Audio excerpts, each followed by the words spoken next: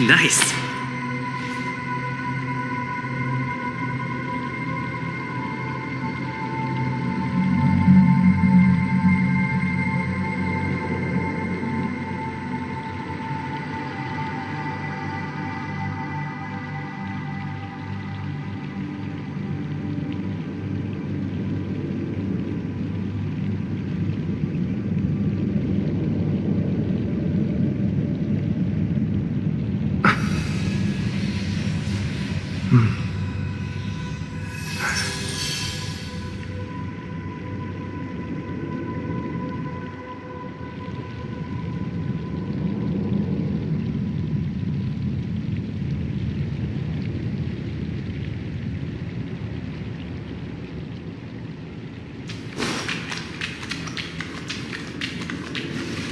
Why does life slumber? We don't know the answer yet, but we're about to awaken from this dream. Or perhaps such is the answer itself. Leave this place. Return to where you belong. And the rain is... Now come to think... The golden dream is getting restless.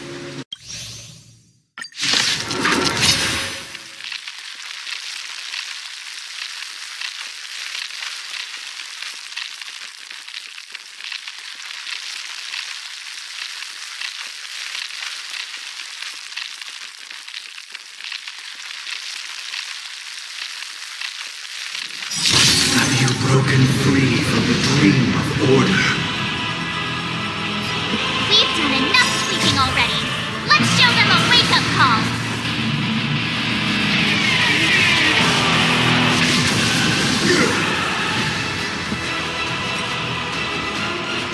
Wake up!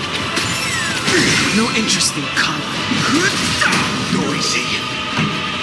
Keep up.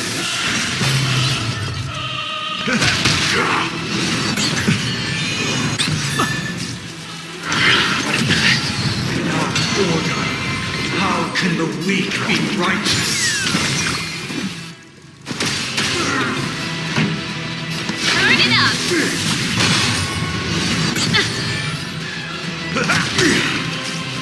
If you have any objection, feel free to make your case. All things are part of the melody. Keep up with me. Wake up! Let's play our own method. Let the show begin! Too late to repent. Disorderly Song's noise. for you. Keep up. Ready to lose yourself? You can fight it or rock with it. 7,336 notes. I solemnly invite you to join the glorious chorus and ascend to the heavens! The truth of life and death. The sanctuary is but a vision. Break! With wisdom comes protection. Turn it up. How noisy! Wake up! Noise is fading! Dreamscape is indistinguishable from reality. Can it still be called an illusion? Keep up with me. Step up, let's see it. How's this taste? Nice like a good my friends. Indulge yourselves! Orderly noise with this perfect melody I command. Recreate paradise anew!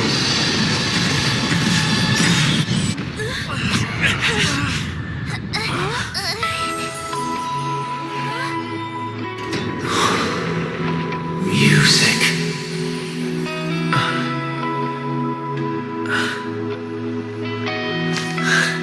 There seems to be another kind of sound coming into the Order's symphony.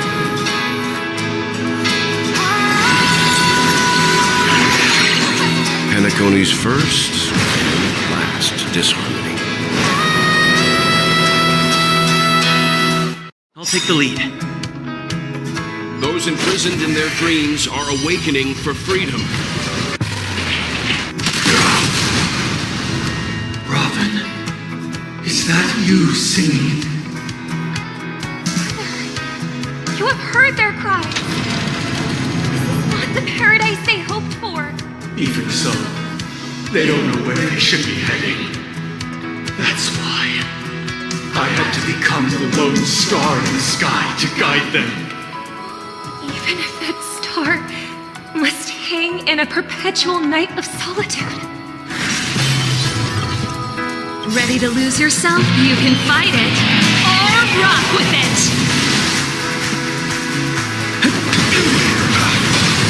Life's like a good friend. Indulge yourself! Too late. The truth of life and death. The sanctuary is but a vision. Let's play our own melody. Let the show begin. Disorderly noise! Let's rock! Disorderly noise! Listen up.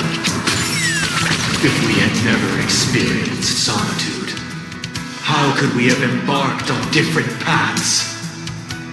Now, our final talk has concluded. All the work of creation has been completed. The inevitable day has arrived. The embryo of philosophy will reshape for us all of reality. If your paradise can save more people, sever my path with your hands. Truth.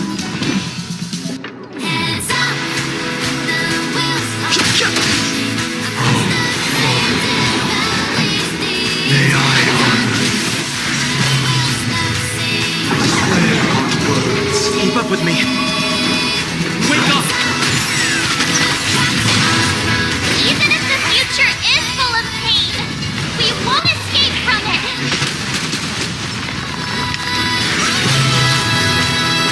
This second day now, I command you to... Uh-oh! I have a bad feeling about this! It was not you who created all things. It was humanity that created you.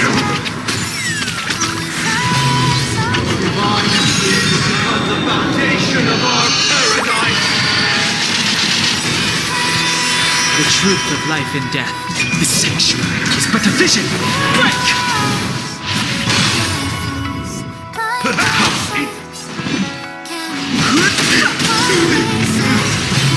We will never choose.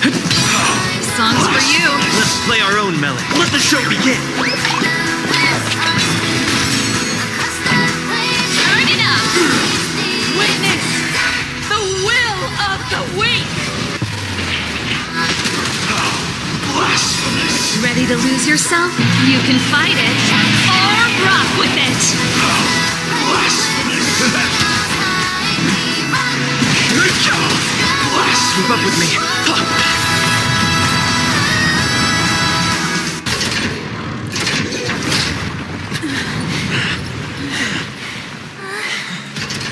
So,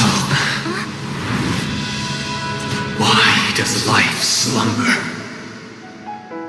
Because someday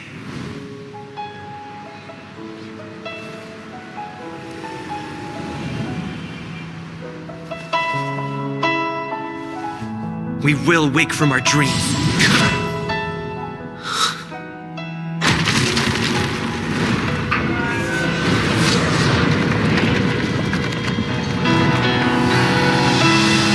The night is still too short.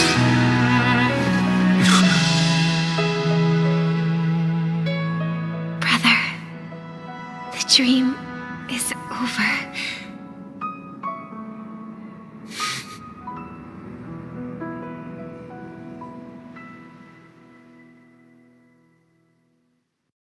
In the first year, of the AE 2158.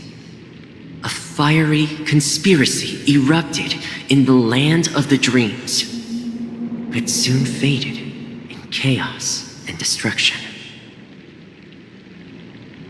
Whispers carried the tale of those fateful 48 system hours, when a sun teetered on the precipice of collapse.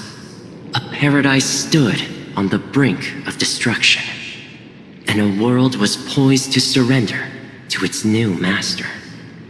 Amidst it all, a body decayed, a pack of vultures gathered, and a brother and sister were doomed for long separation. And so, an eon succumbed to slumber once more. Some celebrated this fall, while others mourned.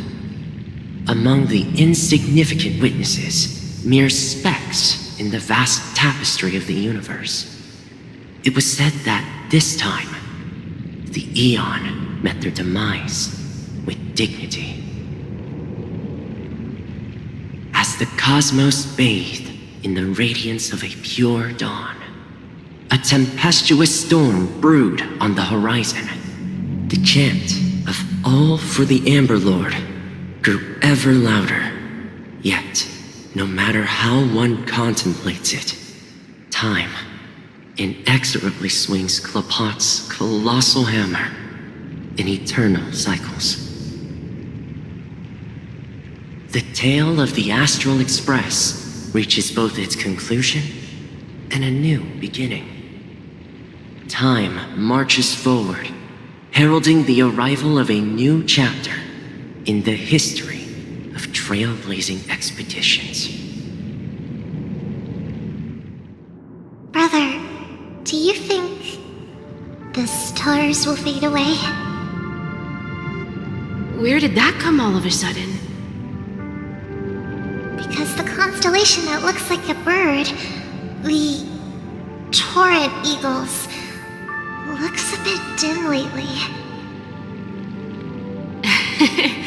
It's the Torment Eagles. Don't worry, it's still there. It's just it's located in the inner ring of Penacony and can only be seen when spring and summer overlap. As for the question you asked, I think stars do die, just like people. But do you know, sister? No star actually belongs to the present. The light we see from them is from a long time ago. Even after the stars perish, their light will travel millions of light years, spanning countless years, to illuminate the night sky of another world. In our paradise, I believe there will be a star like that, shining with the same light. Its radiance will last forever, and its name will be happiness. No, not just one star. We should have 2 stars, or maybe even more. Yeah, you're right. It's a deal. It's a deal then. This is our promise, and nothing will sway our ideals. Yeah, you bet.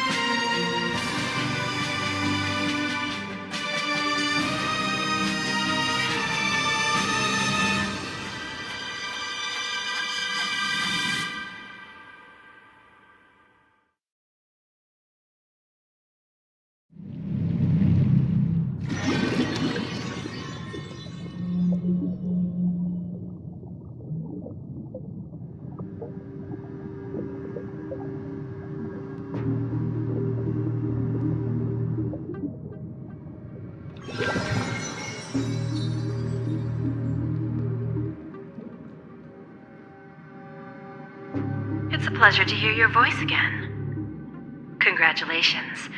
You've become the biggest winner of this festival. Are you calling just to poke fun at me? No. I'm just impressed. Not only did you venture alone into Penacony and discover the truth of Dreamflux Reef, but you also managed to escape with the help of that Knight of Beauty. Remember the recording you received from your Trailblaze friend? It's now the most valuable chip in this game. However, this came at a high cost. Losing a cornerstone is a hefty price to pay. Diamond just called a meeting to discuss what to do with you. Just as I expected. So is Diamond planning to demote me, or kick me out of the 10 Stonehearts? Why don't you take a wild guess? Well, alright. Then I'll guess. He's going to promote me to P46? Alright. What will you wager? Are we talking about an actual bet here? I don't want to wager anything just so that you can swindle it all in the end. But if it's just a friendly bet, I'll put on the line what I did when we first met. I'll bet my life, ma'am. Interesting. But since it's Diamond's call, no one can predict the outcome. I'm on my way to Penacony. Once everyone is settled, we'll return to Pier Point for the final showdown. Sounds like I'll be out of the action for a while. Finally, a chance to kick back and relax. Yeah. Leave everything to me and Topaz, child. Thanks to you, as soon as the Jade Stone was delivered to the family's compound, we finished up our preparations. The seeds we planted have taken root. Soon, it'll be time to reap the rewards. Huh?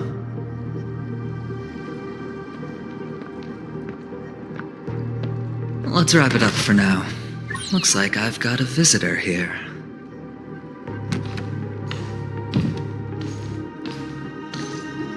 Oh, so many surprises today. Didn't expect a Galaxy Ranger and wanted criminal to show up here. One who managed to take out 2 IPC members under the noses of our fleet. Do you understand what that means? Screw Wubba Boo, I just put him to sleep. Don't try to intimidate me with that nonsense. Besides, I've taken down more IPC lackeys than the residual value you squeezed. And I don't mind adding a few more zeros to my wanted poster. I have a question for you. Be honest now, or I won't think twice about putting a bullet in your fudging head. Tell me, where is Oswaldo Snyder? Wake up! Wake up! Hey, wake up! The sun's frying your butt.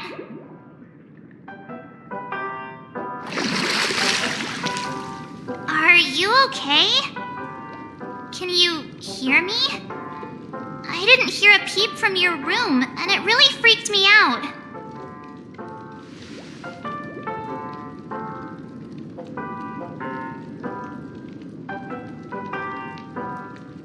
You're not dreaming. We're in the Reverie Hotel. In the real world. The Order's dream is over. Even though it's been a day, I still break into a sweat when I think about it. Our trailblazing expedition almost ended in Penacony. I'm so jealous that you got a good night's sleep. I was traumatized and too scared to even close my eyes. I thought if I fell asleep, I'd never wake up again.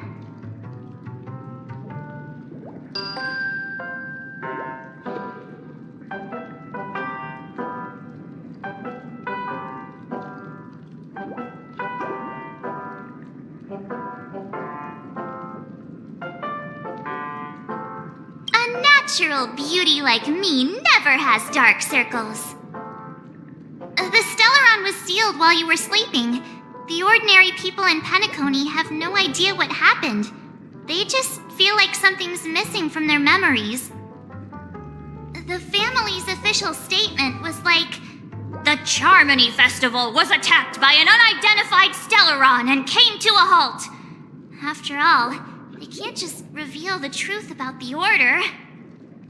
Now, all the major lineages, except for the Oak family, are dealing with the aftermath.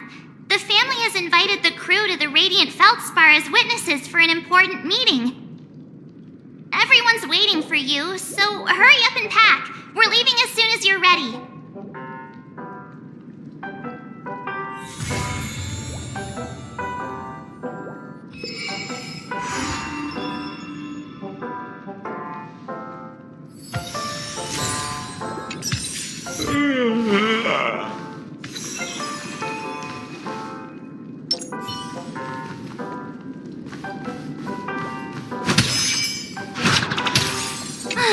After all this craziness, nothing is better than staying safe in reality.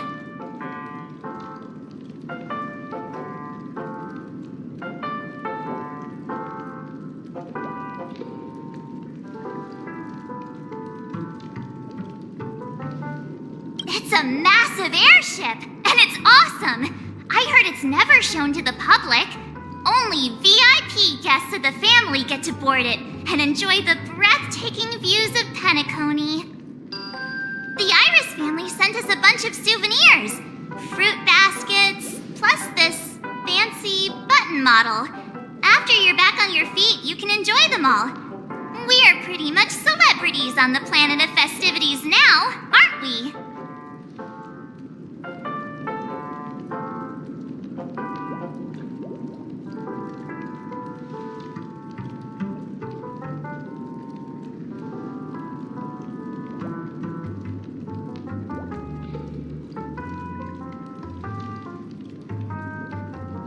The Stellaron was sealed while you were sleeping. The ordinary people in Penacony have no idea what happened. They just feel like something's missing from their memories. The family's official statement was like, "The Charmony Festival was attacked by an unidentified Stellaron and came to a halt." After all, they can't just reveal the truth about the Order. Now, all the major lineages, except for the Oak family, are dealing with the aftermath. The family has invited the crew to the Radiant Feldspar as witnesses for an important meeting. Why the sudden interest in that? Well, I was dragged into this sweet dream. I felt a cold tentacle diving into my memories. But something else was there. So the tentacle suddenly disappeared. And then I dreamed about stuffing my face with delicious food and going on a shopping spree. Sunday didn't seriously believe that was the life I wanted, right? Breaking free from that cheesy illusion was just a piece of cake.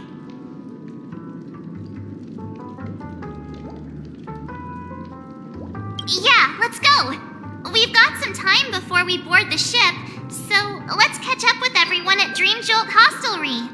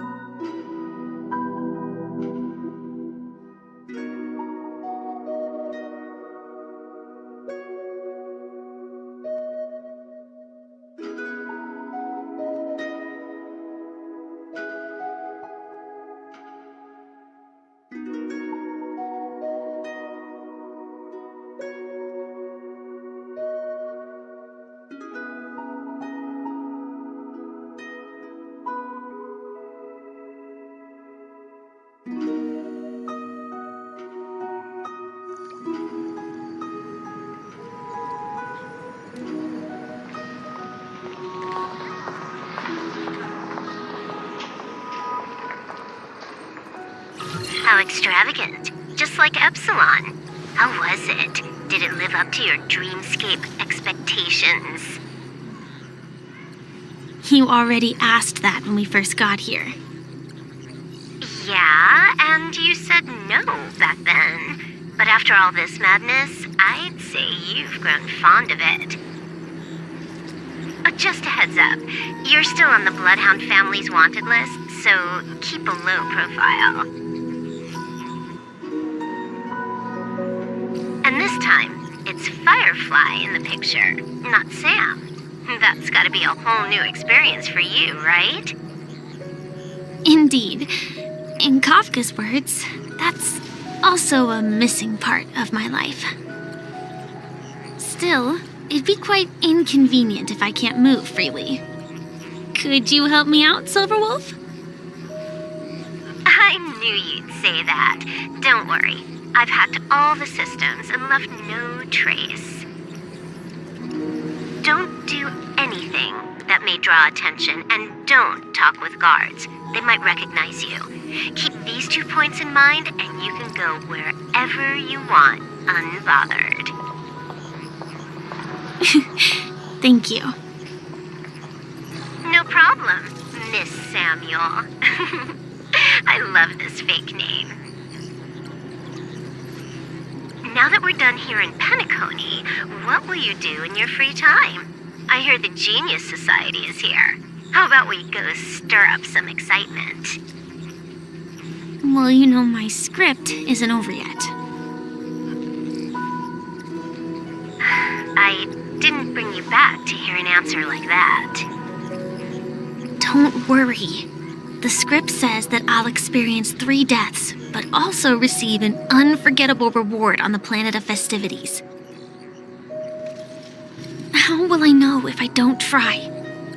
All possibilities exist until the outcome actually happens, right?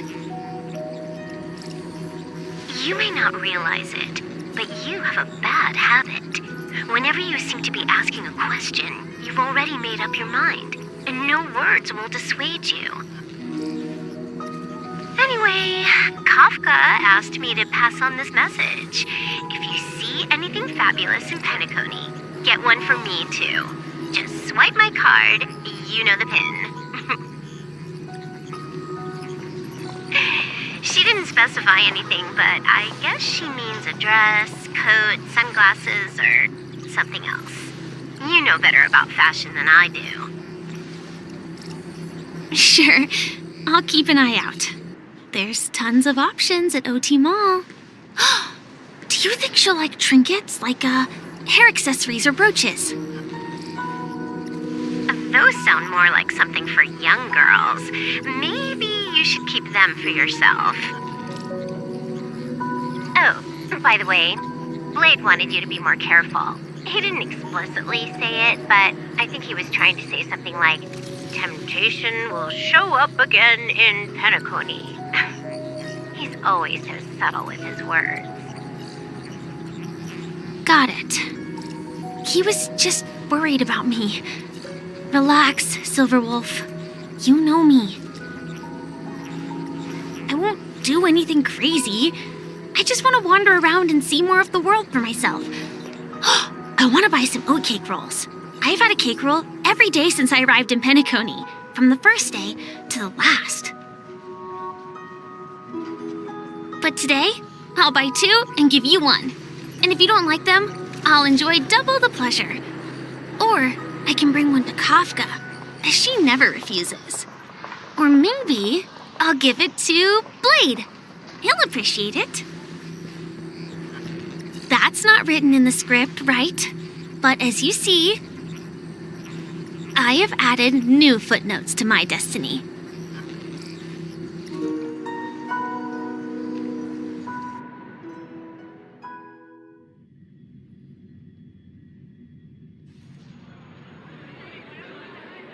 Welcome, Director Topaz. The family ambassadors are still inside making preparations, but the big boss hasn't arrived yet. It'll be a while before the conference starts, I'm afraid. Huh. Quite a spectacle. The family really knows how to make things look impressive. I thought they would would choose a more formal and low-key location for the conference. I didn't expect them to go with a luxury airship. About this, Director. I've asked around. This airship, named the Radiant Feldspar, belongs to the Alfalfa family. This conference between the IPC and the family will have a direct impact on Penacony's future. Such an important event should have been held at it. Well, somewhere secretive in the moment of morning dew. The atmosphere here, it doesn't feel serious enough. If I'm right, this conference is probably just a prelude. Whoever organized it wants to assess the IPC stance beforehand. This influential figure either has their own ambitions and wants to reach a preliminary agreement, or they plan to put pressure on us to make us back off. Your mind is always so sharp, Director Topaz. And when the big boss arrives, please remind her to be cautious and watch out for any traps. Thank you for the reminder, but I don't think that will be necessary. When she's at the table, it's the others who need to be cautious. Just tell everyone on our team to stay focused on their tasks and not worry about the negotiations. Oh, got it. I'll do it right away. Oh, and one more thing. Don't call Miss Jade Big Boss in front of her, or there will be serious consequences. I mean, really serious. Got it. Thank you for the reminder, Director.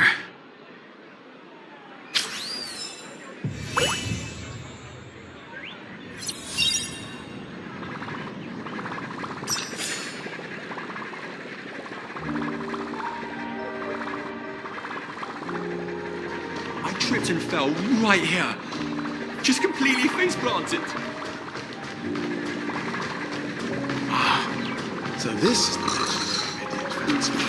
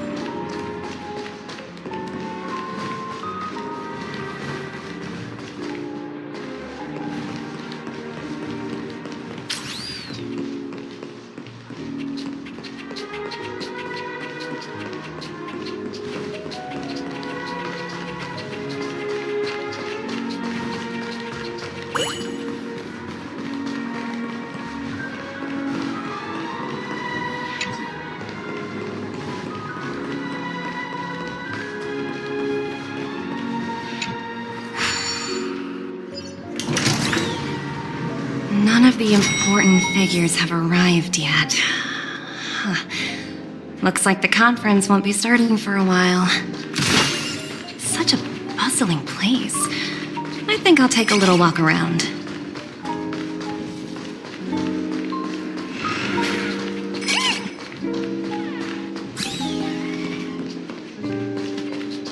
What services do you require?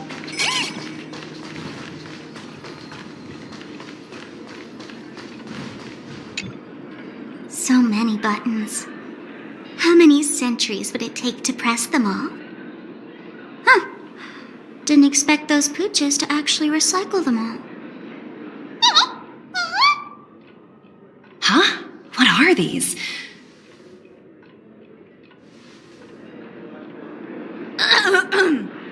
For your safety, please stay away from those objects.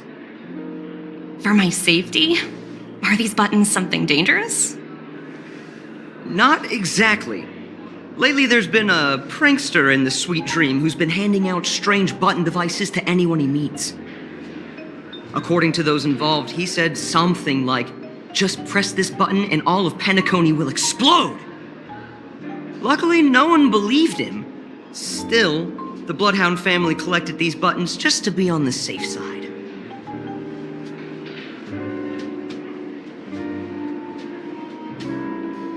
What will happen if you press it? Hasn't anyone actually tried? Well, perhaps you don't know much about Penacony? All the guests here have one thing in common. They're terrified of death. Anyway, the family will deal with these things. Please kindly keep your distance.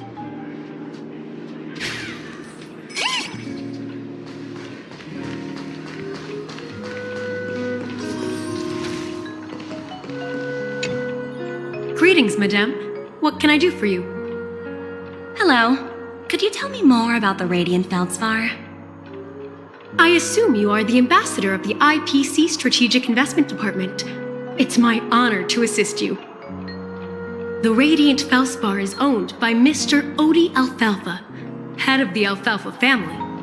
Mr. Alfalfa invested a significant amount in building this luxurious airship an Ember era ago, and it has been sailing across the 12 hours of the Dreamscape ever since. Oh, so it's owned by old Odie himself. No wonder the ship is so lavishly decorated. Indeed, Mr. Alfalfa has impeccable taste. Only the most prestigious guests are invited by the Alfalfa family to board this airship. Please allow me to continue my introduction. The Radiant Feldspar had been cruising over the Sea of Dreams in Penacony for an entire Ember era. But its voyage was temporarily halted due to the recent reverberation. Reverberation? Such a formal way of putting it. You're really downplaying the whole thing. I apologize. Please continue. Following the previous reverberation in the Sweet Dream, the Radiant Feldspar had to suspend its voyage temporarily. Thankfully, the factors that disrupted the Dreamscape have been resolved. However, due to, well, certain special reasons, the Charmony Festival, originally scheduled at the Penacony Grand Theater, had to be temporarily postponed. So, Mr. Alfalfa suggested relocating the Charmony Festival to the Radiant Feldspar, taking this opportunity to announce the resumption of the airship's voyage. Ah, well, that would meet the family's needs and also create momentum for Mr. Alfalfa himself. Quite fitting for a legendary tycoon like him.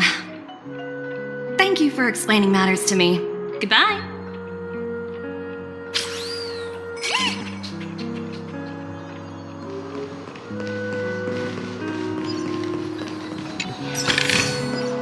Hard work pays off.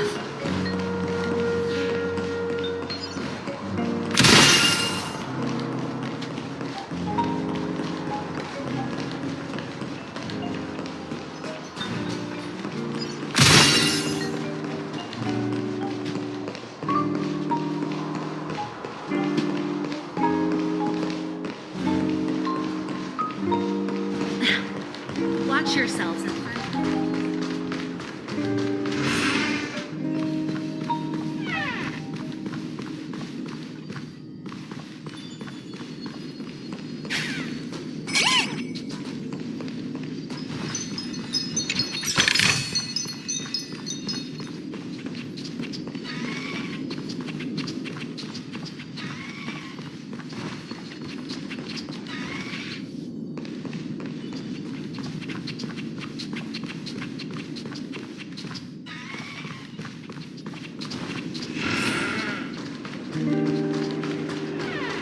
services do you require?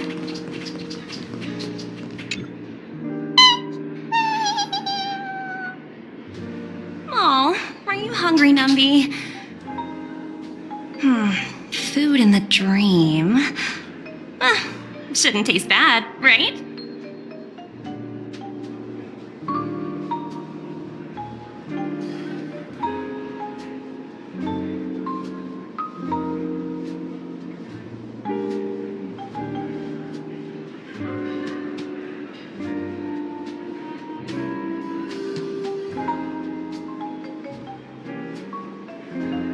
Numby!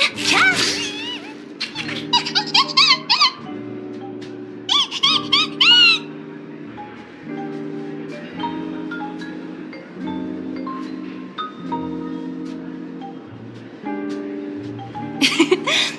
There. Don't be so greedy.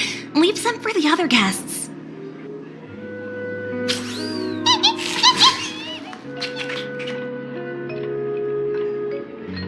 Hello? The Talent Motivation Department? Again? Internal review? Will it ever end? I'm working on a major project. I don't have time to squabble with you guys. The way I handled the Urillo case was approved by senior management, and all of the project logs and calls are complete. Can't you check on them yourselves? I just don't understand. Why are you so fixated on this minor case and constantly escalating it? Seriously, what's your purpose? Sounds exhausting. Why not just hang up? In my opinion, you handled that project quite well. A little ball of ice in exchange for the Astral Express's good favor. That's not a bad deal for the department. It's been a while, little Yelena. I've been looking forward to working with you. Never imagined this day would come so soon. Is there trouble? You can tell me anything. Just like old times. It's been a while, Madam Jade. I'm honored to have the opportunity to work with you. You're still so formal, aren't you? Forget about the hierarchy and treat me as your equal.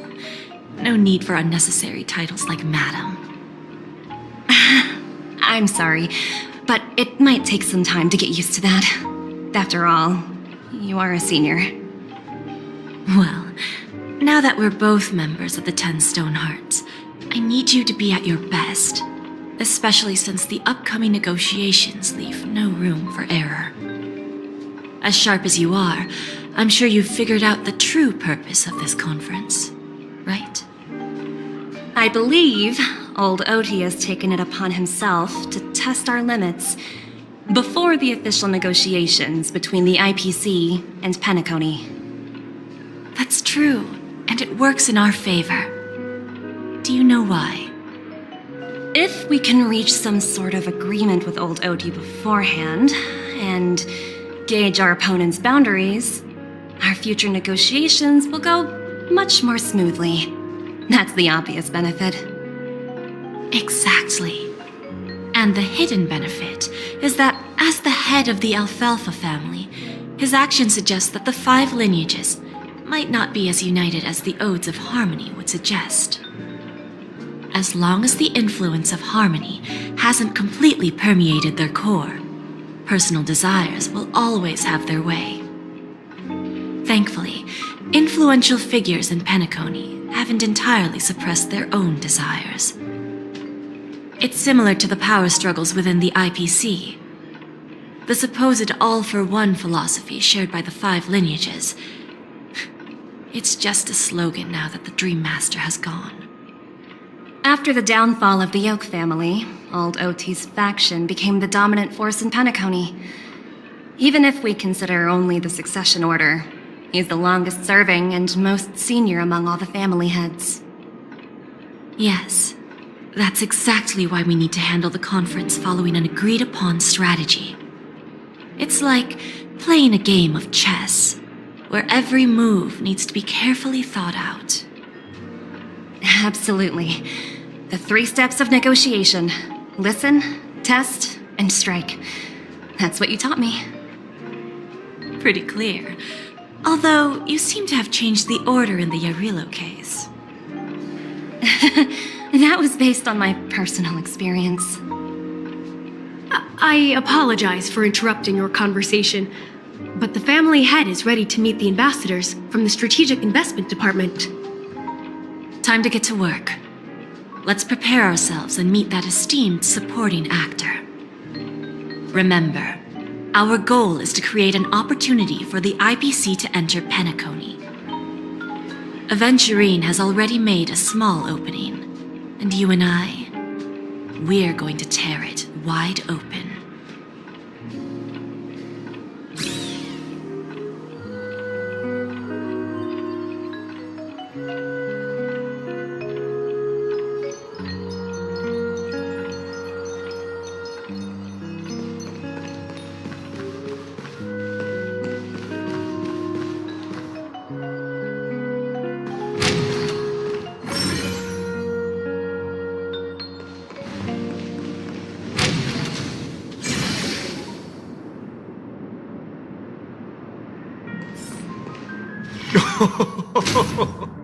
Welcome aboard my ship, the Radiant Feldspar. Smart and charming ladies.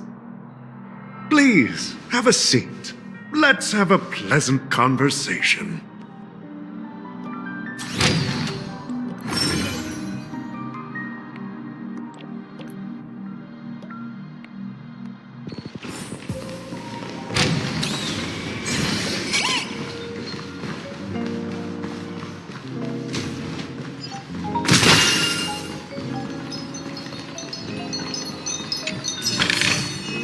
Oh, free stuff.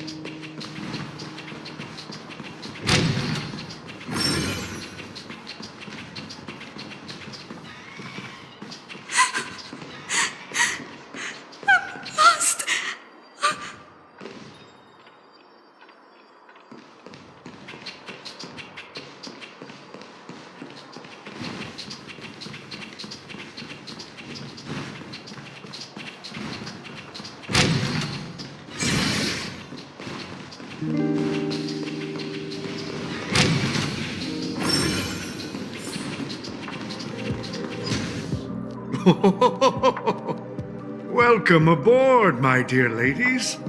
Forgive me for any lack of attentiveness that might have led to a lengthy wait outside.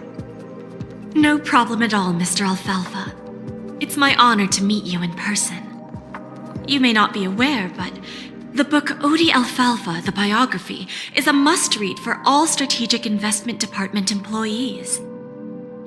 After all, to many, you are the legendary figure who single-handedly built the Penacony economy. I expected no less from the 10 Stonehearts from the Strategic Investment Department. You're definitely skilled in the art of conversation. I always enjoy talking to smart people because we don't have to beat around the bush. We can just get straight to the point instead. Since I invited you IPC ambassadors on board, I'm sure you've figured out the topic I'd like to discuss, yes? The future of Penacony, if I'm not mistaken. Precisely. Those few words represent a terribly complicated situation indeed. Let's take that golden-haired guy who's not showing up, for example. He put in great effort and almost got himself killed. But what was it all for? Wasn't it eventually to create an opportunity for you IPC to regain control of the precious Astana? The wisdom and experience you've accumulated over 10 Amber Eras are truly impressive. Let's assume your assumptions are correct, Mr. Alfalfa. How would you respond to the IPC's actions? I appreciate your composure, Miss Jade. You must have witnessed much in your worldly experiences. However, perhaps you don't know much about Penacony. Old Oti won't sit idly by when faced with a greedy wolf.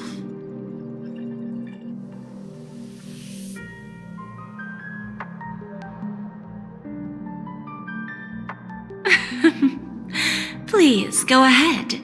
I'm all ears. Then I'll be straightforward. I requested this meeting before the official conference to dissuade the Strategic Investment Department from trying to lay a finger on Penacony. If you back off now, you can make a smooth exit and prevent the IPC from losing face during more important negotiations. One of our P45 executives was attacked and nearly killed in the Dreamscape. The IPC can't simply ignore this incident. Moreover, considering the turbulence during the Charmony Festival, Penacony's credibility has taken a hit in the public's eyes. Despite your determined attitude, the issues plaguing Penacony are real, are they not? You use the term real, Miss Topaz, but let's not forget that this is the realm of dreams.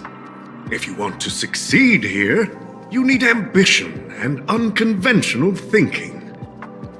Curious about how I plan to respond to the IPC? Well, I don't mind sharing. My actions will help Penacony take a significant step forward by self-listing and going public. Going public? If I'm not mistaken, you want to bypass the IPC and go public on a universal scale. Precisely.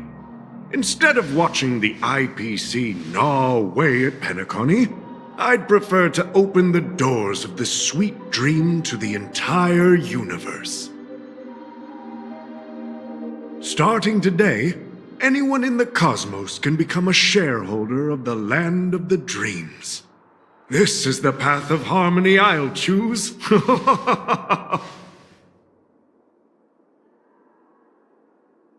This reform should have been implemented earlier, but unfortunately, the Oak family were a bunch of blockheads blinded by order. Their level of intellectual flexibility doesn't even come close to an old fellow like me. Thanks to the little reverberation earlier, the biggest obstacle between me and my reforms has been eliminated. The Alfalfa family will publicize the financial results of Sweet Dream Paradise, so that the entire universe can see that despite the catastrophe, Penacony still holds immense potential and opportunities, and that the family remains confident in its future.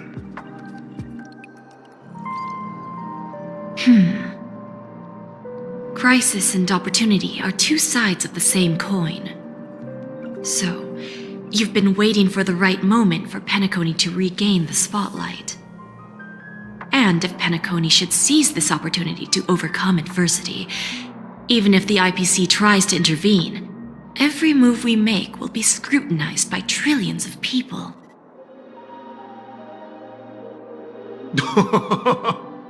Now I'm convinced that you've indeed familiarized yourself with my biography, Miss Jade. So, about your next move. Please, consider it carefully. Indeed. We need some time to digest such a wealth of information. I suggest we conclude the first half of our conference, Mr. Alfalfa. Please allow Topaz and me to confer privately for a few moments, and to respond on behalf of the IPC later. Of course. Take your time, dear ladies.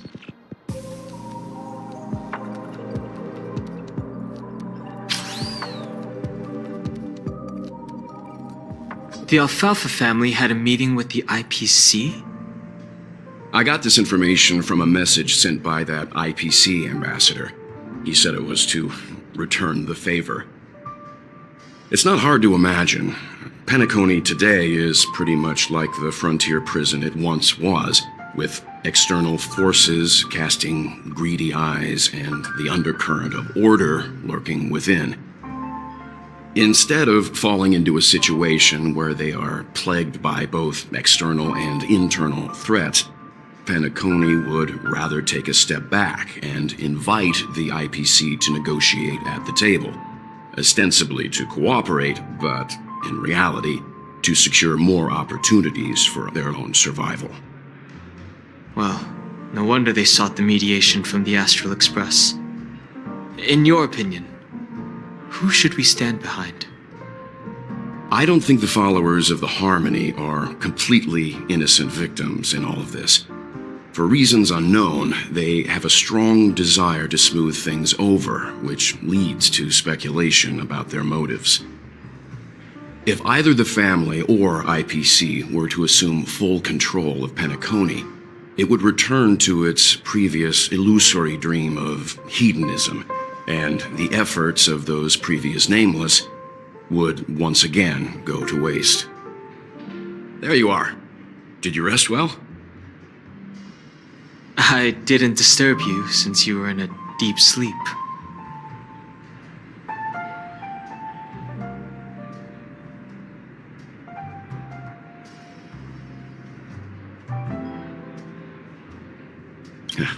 Even long dreams eventually come to an end. Our adventure in Penacony is reaching its conclusion. After Anna's dream was shattered, the family branch from the Montour system soon arrived and swiftly took control of the situation. Most members of the Oak family fell unconscious, but fortunately, their lives were not in danger. The mastermind behind the plans was confirmed to be Gopher Wood, the previous Dream Master. But by the time we arrived, he was dead already. He'll face a trial. As for further details, the family would rather not disclose them. Ultimately, the public perceived the incident as an attack by evil forces targeting the Charmony Festival. They believe the family failed to safeguard the sweet dream, significantly eroding their credibility in the process. While quite different from the truth, this appears to be the outcome with the least impact. After all, you don't know who's awake and who's pretending to be asleep. Well, they'll open their eyes in the face of danger. Once the danger subsides, they'll embrace the sweet dream again. Here's a toast, with 3 glasses of Glory of the Trailblaze to all of you. What are you talking about? This is my lounge. It's good to see you all again, although we might be saying goodbye again after this reunion. When will the Astral Express leave Penacony? We'll stay a bit longer, but not too long. So, this is our final meeting then? If this is a farewell, then it seems to be missing something. Music? Atmosphere? Maybe a special drink to honor those who are not here. Let's see. The mixed drink should be solemn, dignified, and unique, as we'll use it to pay respect to those fallen heroes. To the nameless, resting in peace, and to Gallagher.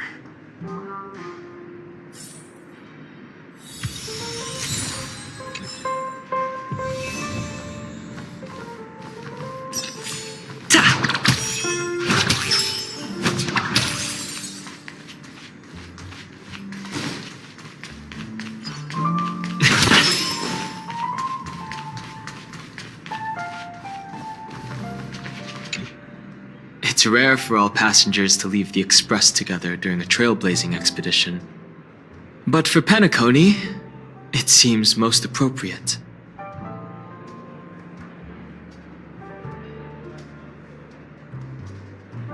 my dream, the express stopped at many places, and passengers came and went.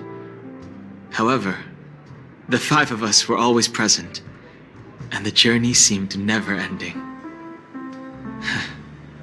Perhaps this could be a deep-seated desire inside me, and upon realizing this, I knew it wasn't real.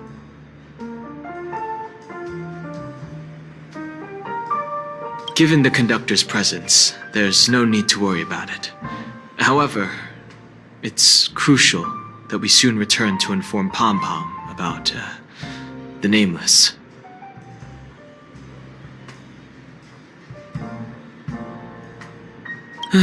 No related records exist in the databank, but I have a theory. The hidden dangers of the Order have always been within the Harmony, and this issue existed within the family from the very beginning. However, now that more powers in the universe are aware of this secret, the situation in the cosmos will become more complicated. Like I said, we'll go and see. Once we've packed everything, we should head to our next destination.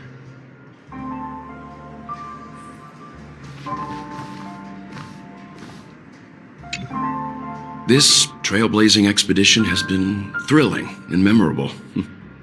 Hopefully we've all gained insights about ideals, paranoia, clarity, and dreams from the experiences we've had.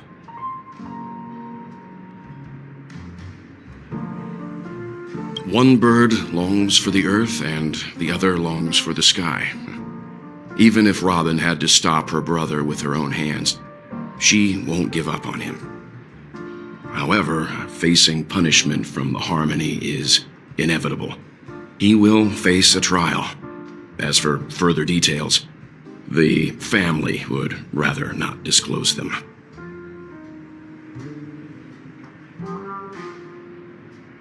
Since the family took up residence in Penacony, the Order has been hiding in plain sight under the guise of the Oak family, using the Stellaron's power to strengthen their hold on the Sweet Dream, which eventually resulted in disaster. That's the claim the family makes. Whether they were truly unaware of all this is a delicate matter. Venturine's efforts finally earned the IPC a seat at the table. As a result, a more senior representative arrived in Penacony and initiated negotiations with the family. As far as the Astral Express is concerned, the IPC will make for an invaluable ally during the negotiations to prevent Penacony returning to its former ways. Well, it was somewhat surprising. In that dream, I returned to my homeworld and reunited with my long-lost friends. And for some reason, Acheron resurfaced in my mind. When I realized that her conclusion was not preserved in memories, I became aware of the bitter truth. The conclusion of a journey can often be sorrowful. All we can do is to try to make sure it ends on a happy note.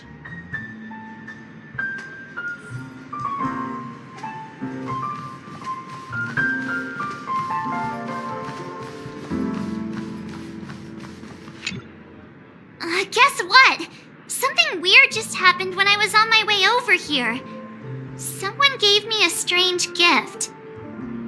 So I unwrapped it and found out it was a button with a message on the back. Just press this button and all of Penacony will explode. That sounds terrifying.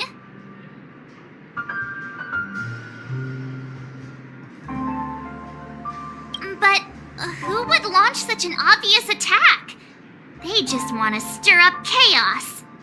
By the time I turned around, the person had already vanished, so I handed it over to a nearby hound.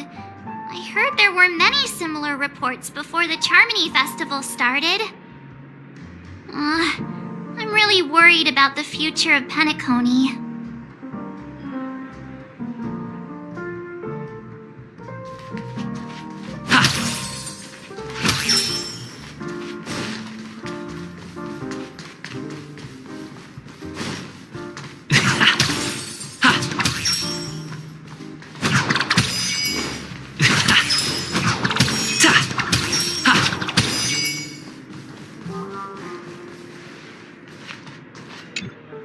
Ready to mix your drink?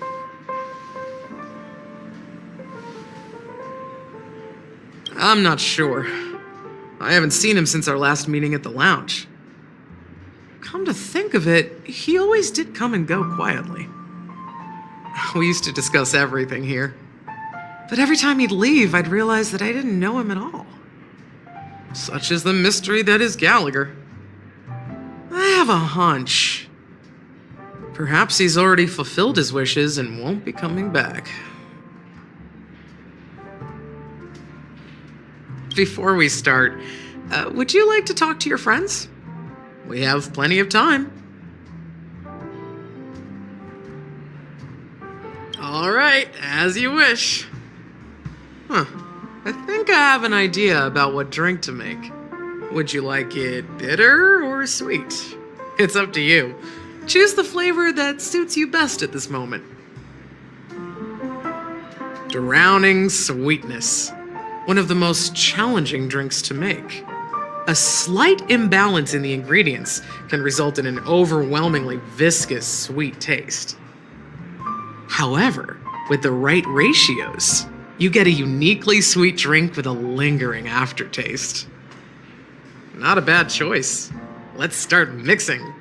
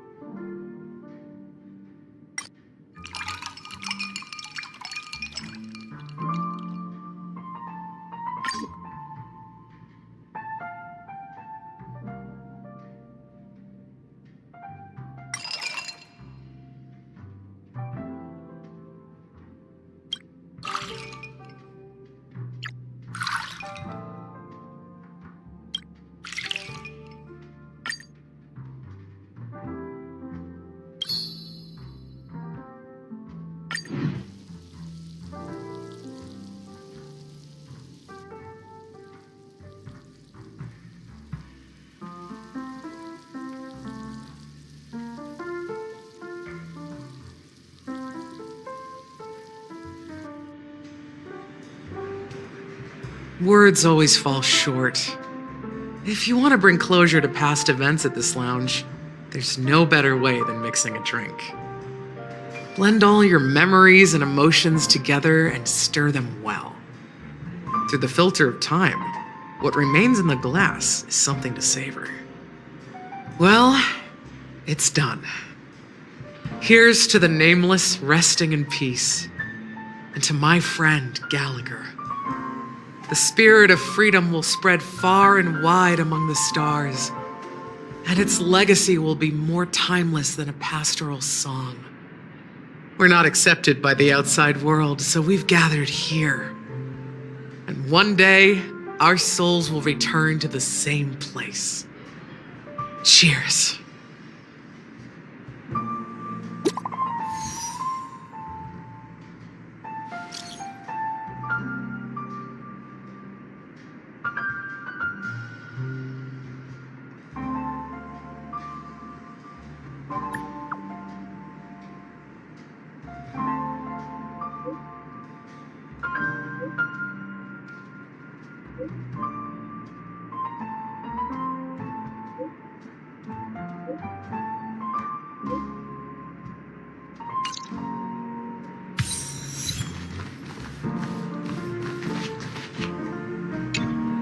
Oh, are you leaving? Well, then take this with you. I've mixed more of this last special drink for you. The past shouldn't be forgotten. So I hope it brings back the flavors of Penacony. Thank you. I'm sure it'll leave a lasting impression. If you happen to run into Gallagher, make sure he has a sip too. I know his tastes, and he'll be thrilled.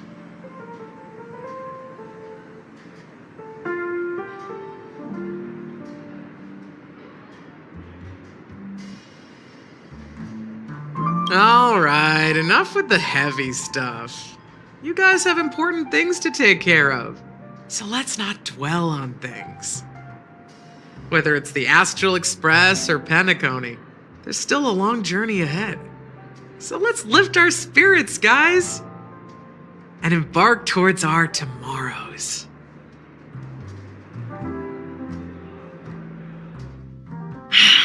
Old Odie is a tricky opponent. I didn't expect him to take the risky step of going public at such a critical moment for Penacony. Indeed. He's definitely bold. It's that kind of boldness that made him the Odie Alfalfa he is today. Still, the outcome is uncertain. Shouting loud doesn't necessarily carry any weight. What about the phone call I asked you to make, Topaz? They agreed, but it'll take some time before they arrive. Just as it should be. The sweet dew should be served after the bitter poison. Looks like we'll be skipping the exchanging apples step this time around. Now that we're dealing with a greedy merchant, a simple apple wouldn't make a difference. Well, I guess I included myself in that remark too. Now I'm a bit curious, Topaz. Do you think Penacony is a quality asset? Yes. Despite its recent calamity, Penacony remains a top quality asset within the cosmos, with good credit, lucrative potential, and promising prospects. Well, that's obvious, but what I truly wanted to know is, this project is obviously too bland for your taste, isn't it? That's true. I wouldn't be here if it weren't for Aventurine. But despite that, you trust him. You even entrusted him with a cornerstone, something as precious as life itself, to finish this gamble. Are you not in the same boat, Miss Jade? Without us playing along, your Jade Stone wouldn't have made it across the border so easily, allowing you to see all desires that flow through dreams to gain a bargaining chip in negotiations. That's why I'm willing to stake my Topaz Stone to cover for you. It's like one big, elaborate game of chess. Once that kid sets his mind to something, nothing can stop him. Not even fate. Well, at least he's still alive, and that's the best outcome. Looks like we've strayed off topic, Miss Jade. Should we discuss our next steps? No need. I'll go it alone. Meanwhile, you can go greet our honored guest and wait for my message. Okay. Is that Robin? Huh. She's also here on the Radiant Feldspar. Yeah! There's a good child. Do as you're told.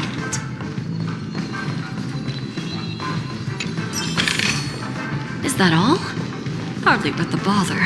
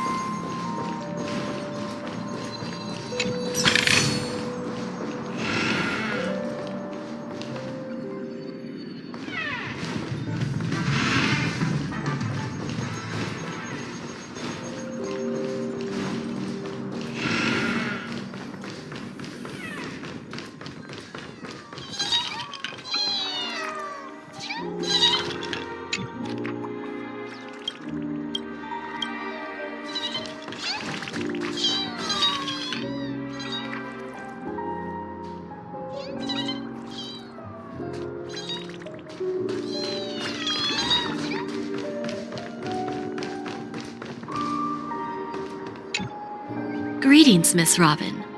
I didn't expect to meet you here. Miss Jade? Greetings. The opening ceremony for the Charmony Festival has been moved to the Radiant Feldspar, so I'm here making some preparations. How about you? Have you spoken with Mr. Alfalfa? I'm actually on my way to meet him right now. Do you know him well, Miss Robin? Unfortunately, I've never met him. I've only heard a few comments from the former head of the Oak family. Mr. Alfalfa is respectable when it comes to business, but in other respects, I can't say the same. Where do you think the future of the planet of festivities is headed? I believe the sweet dream will see its rebirth, just like the Radiant Feldspar resumed its voyage. The Harmony needs a new direction. Only by bidding farewell to the past can we actually sail into the future. There are no permanent allies or everlasting enemies. So let's both take what we need from this deal. Naturally. I'm looking forward to your performance. See you at the festival. See you later, Miss Jade.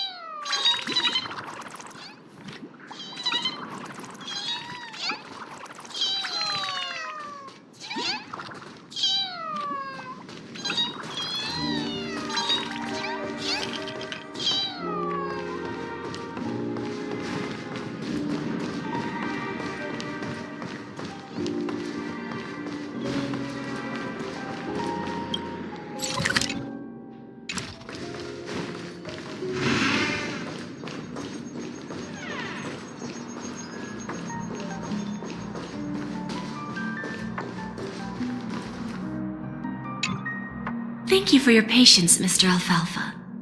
Let's continue our discussion. Figured out something already, Miss Jade? But where is Miss Topaz? Topaz has something else to take care of. You'll be seeing her later. Talks can still continue between the two of us. Is it just me, miss? Your tone sounds very different now. I need to set a good example for my junior. It's not a good habit to be too loose-lipped during negotiations, right? Now we can speak frankly and openly. Do you believe what I said, Odie? You're not the only merchant who has seen the changes in the cosmic market over the past 10 Amber Eras. Interesting. Now that's interesting. Good. It's good to be straightforward. Openness and transparency are my things. So, tell me, what's your next move? Unfortunately, I'd like to speak the harsh truth before laying out my plan. Let's cut to the chase. First, your plan won't work. Penacony has no way of sidestepping the IPC and going public. Second, you can't stop the IPC from entering Penacony. We've got all the time and connections in the world to find a way in. We'll keep tearing down and rebuilding this place until the Asdana system gets used to the IPC's ways again. Now, I'm repeating your words exactly. If you don't want to be a laughingstock and have everyone gunning for you at the official conference, you'd better drop your little pie-in-the-sky plan. Whoa, interesting. Indeed. You surely have a way with words. Now, I'm curious to know what you have up your sleeve. Mr. Alfalfa, let's not forget that the IPC controls the biggest interstellar publicity platform. More than half the news networks in the universe take their orders from us. The moment news spreads about Penacony going public, trillions of customers will immediately receive a message like this. The family's protection for Penacony has expired. Any mishaps in the Dreamscape could result in permanent brain death. Care to guess how many ways we have to turn alfalfa credits into worthless junk within a measly 24 system hours? With the entire cosmos keeping a close eye on Penacony, I assure you, it won't be too hard. You really think you can pull that off? Even from Pier Point, as distant as it may be, I'm more than capable of keeping you on a tight leash. However, if you agree to give up that half-baked plan to go public, the IPC will assure you that we'll never jeopardize the interests of the family heads under your leadership. After all, we also need allies here in Asdana. The IPC can assist Penacony with financing, starting by acquiring 30% equity shares. With our financial support, stabilizing and rebuilding Penacony will be a piece of cake. 30% equity, you say? Who can guarantee you won't want more in the future? That's the brilliant part of it all. The answer is simple. No one. There are no guarantees. It all hinges on self-awareness and mutual respect. However, the board of directors will consider the interests of the family heads to some extent. You're a smart merchant, old Odie. Isn't the whole purpose of this elaborate game to showcase your business acumen and seek more benefits for the family? It benefits us if we both take a step back. And if that's not enough for you, I'm pretty sure that another goal of making Penacony go public is to expand the influence of the Planet of Festivities and attract more customers. I understand your concern, and I have a solution for that, too. Fine. Now I see your sincerity. As the head of the Alfalfa family, I don't think I have any reason to refuse your offer. However, as their chosen one, I still need one final answer. Go ahead. I'm listening. When I was a child, I heard the adults recite the tale of the ancient Ember Era, about the ascension of Hsr the Harmony, and the downfall of Enna, the Order. The Order and the Preservation used to be close in ancient times. So, why does the IPC, as a follower of the Amber Lord, seek collaboration with the family instead of aligning with the Order? The answer is simpler than you think. It's all about credits. Everyone's favorite thing and the universally recognized currency among the stars. The IPC has the power to perpetually ensure their value. With each new world integrated into the credit system, the IPC adds another building block to its cause.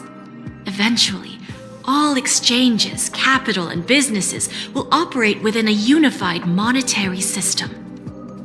By then, all planetary developments will be recorded in accounts with well-defined values and the ability for exchange and circulation.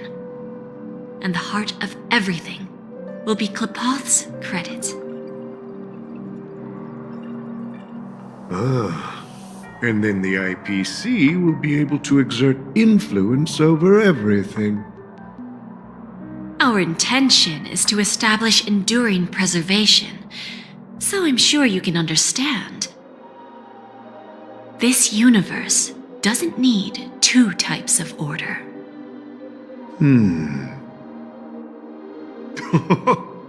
Well said. Now you've convinced me. All right. Tell me your solution. Let's see if we're thinking the same thing. Then let's continue our conversation. Please, Topaz, invite Sweet Dew to join us at the table.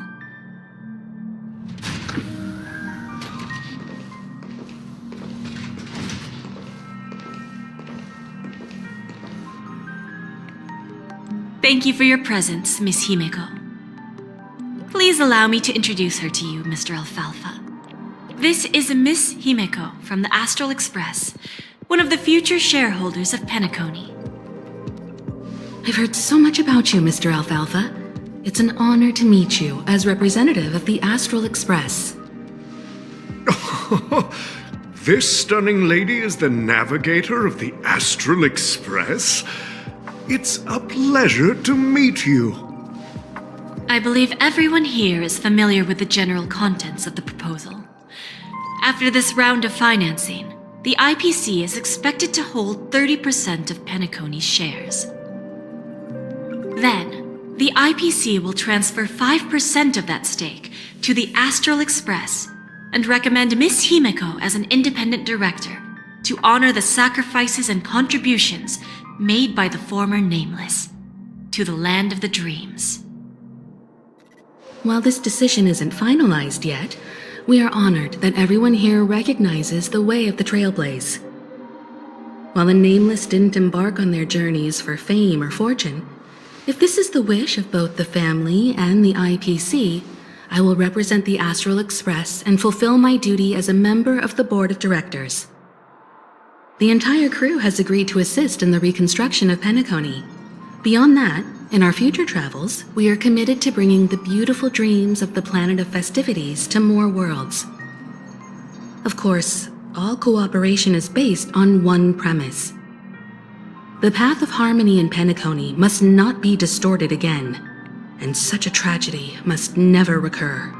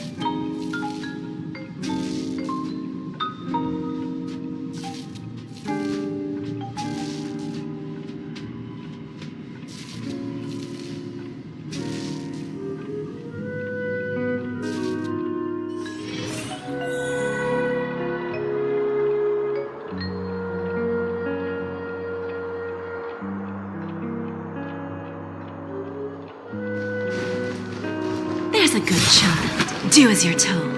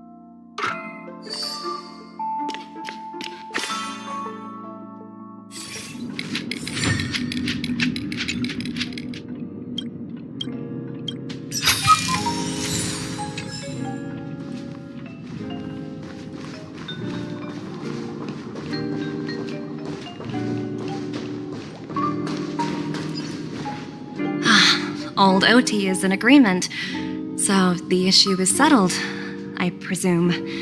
What about the remaining family heads? They will soon realize the situation. When the last question was asked, old Odie represented more than just the Alfalfa family. When should we schedule the formal negotiations? I'll handle the arrangements. It's all up to you. I'll step back and let you handle the negotiations and takeover. I won't be involved. But Miss Jade, this is... Aventurine initiated this case, and you were his project partner. If that kid hadn't overplayed his hand, I wouldn't have been pushed to the forefront. I came here today to help you sort out the toughest issue. I trust you'll be able to wrap things up quite nicely, little Yelena. Of course, there won't be any problems. And please, give Diamond my assurance. Don't worry. Diamond has always trusted us. I'll put in a good word for you, and you'll have your P-45 position back in no time. Radiant Feldspar. What a fantastic ship. Now that my business is done, it's time for me to indulge in my own little hobby. You want to open a Bon and Jade exchange branch on this ship too? Opportunities like this don't come around often. Just look at the guests on this ship. They're surely holding a wealth of valuable treasures. Well, I'll take my leave. A pawn shop can't run without a boss. See you around, Topaz. I have one more question for you, Miss Jade. Go ahead. That dose of bitter poison. I'm curious as to how you found this information. I didn't find the information. It came to me. It was from a lady concerned with the future of the Harmony. In return, I've agreed to help her with something, but that's for later. We can deal with it after we leave Penacony. You see, that's what investment is all about. The seeds of opportunity are already sown. They only need a little bit of nourishment to take root. And then after, all we need to do is wait patiently. Like right now, for example. It's just about time my final guest boarded the ship.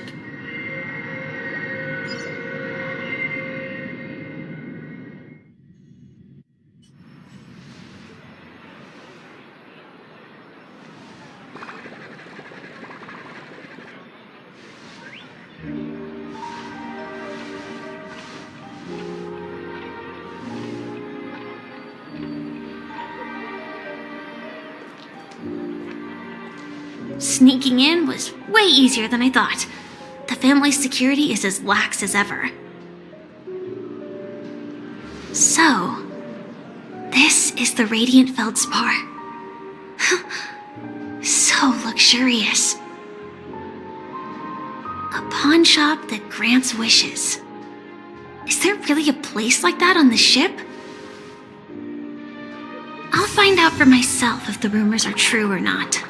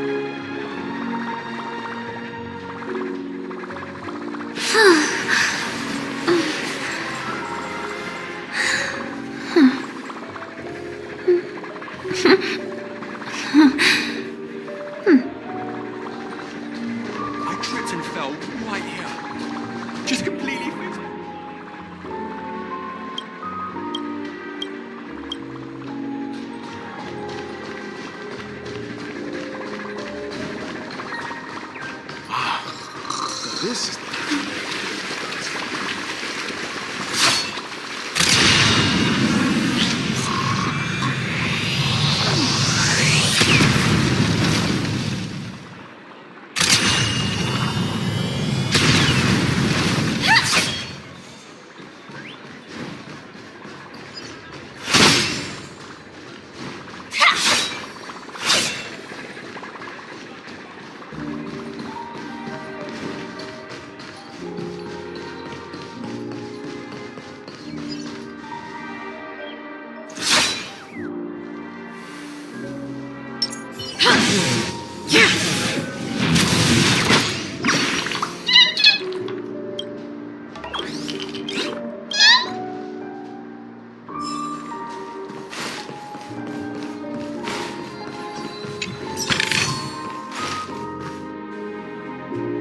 Is that him?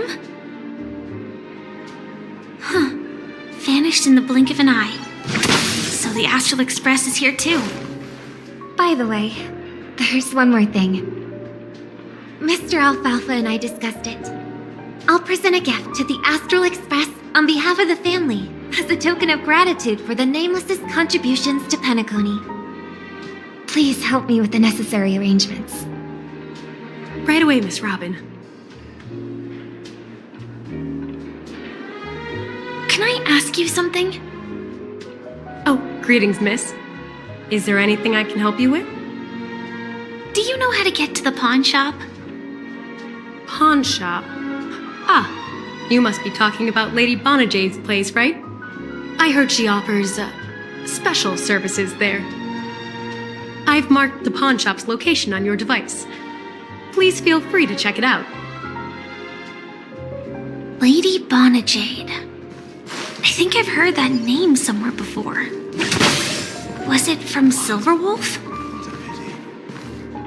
Come to think of it, she disappeared after mentioning that she was going to meet with the Genius Society. I wonder how things turned out for her.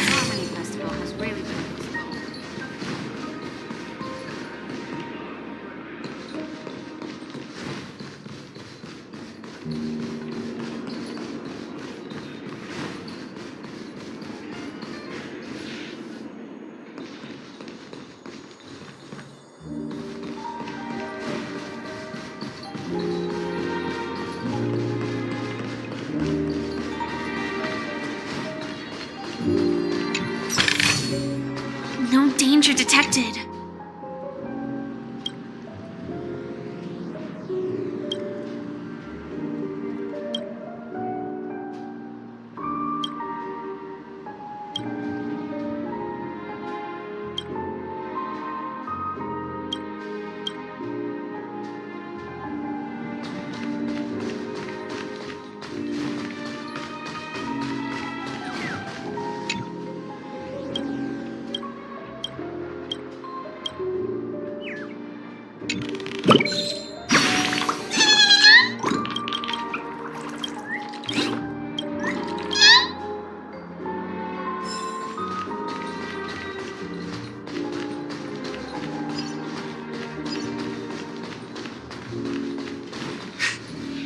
If I win, your chest is mine.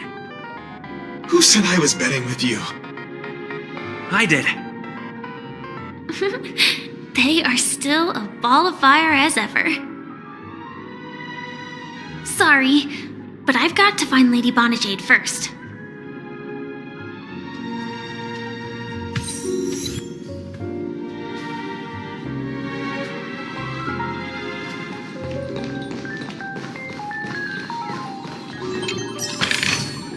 I want to play some more!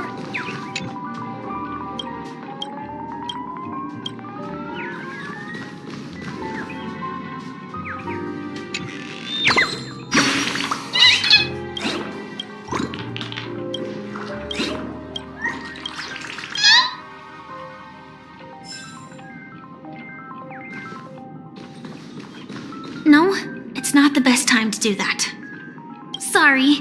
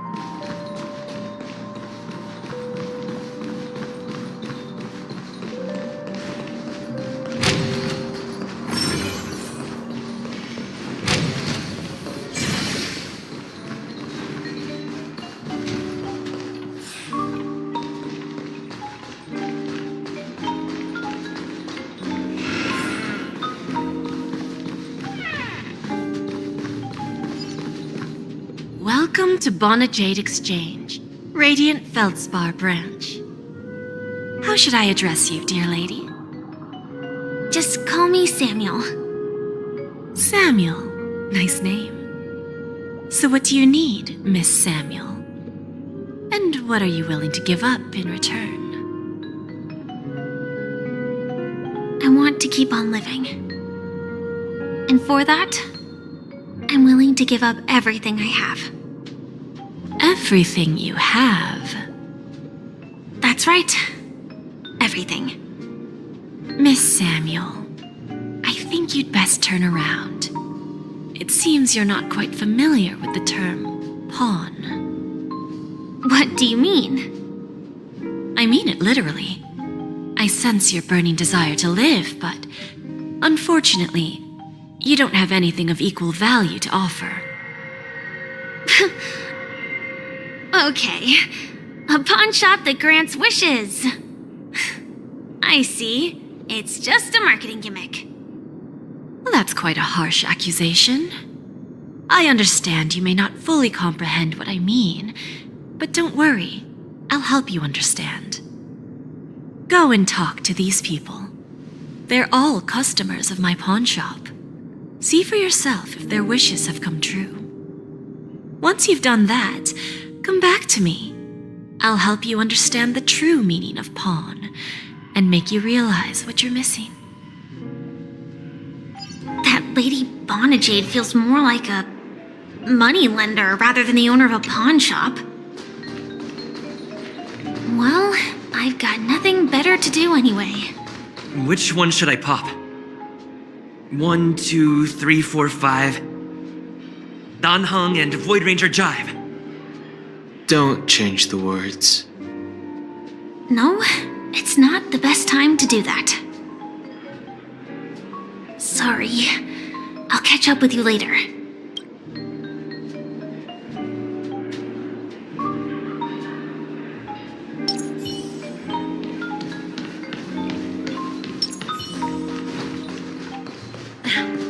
Watch yourselves in front of the IPC. Don't you dare embarrass me.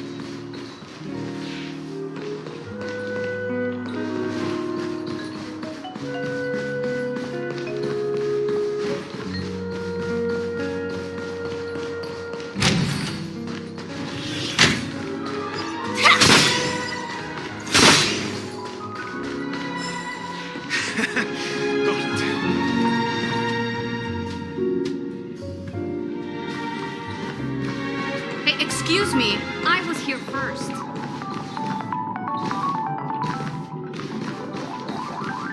want to play some more.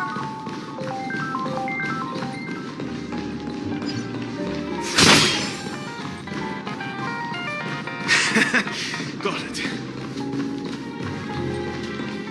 Hey, excuse me. You stupid little girl. Coming back to lose more money, huh? Enough talk. Let's get started. This will be our final game. I'm betting my entire fortune. Oh, a big talker, huh? All right, let's see what you've got.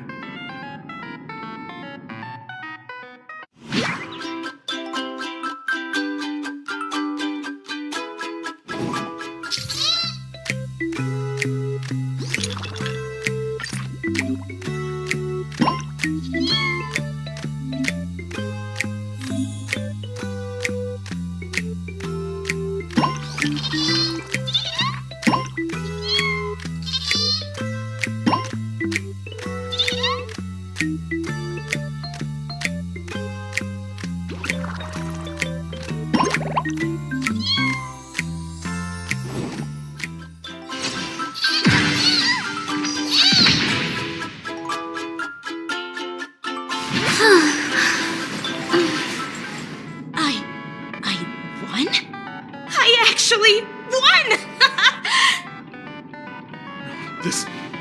This can't be! You lost to me 10 times in a row. How could I possibly lose to you at such a crucial moment? It's true! Lady Bonajade has truly blessed me! Finally, my luck has turned for the better. Great new era for Stacy. The Master Gambler has arrived!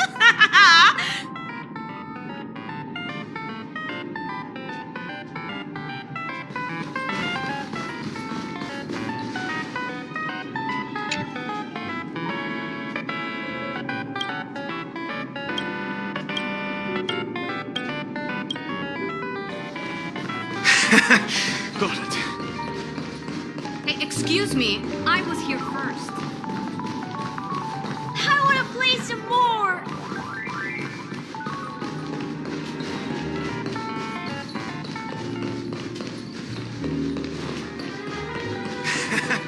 Got it.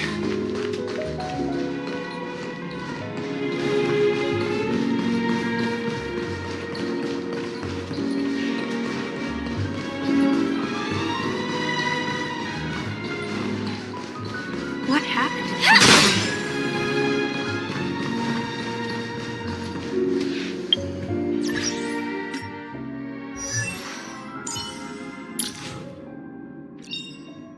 Unknown to each other, yet united in purpose, we make the same choices.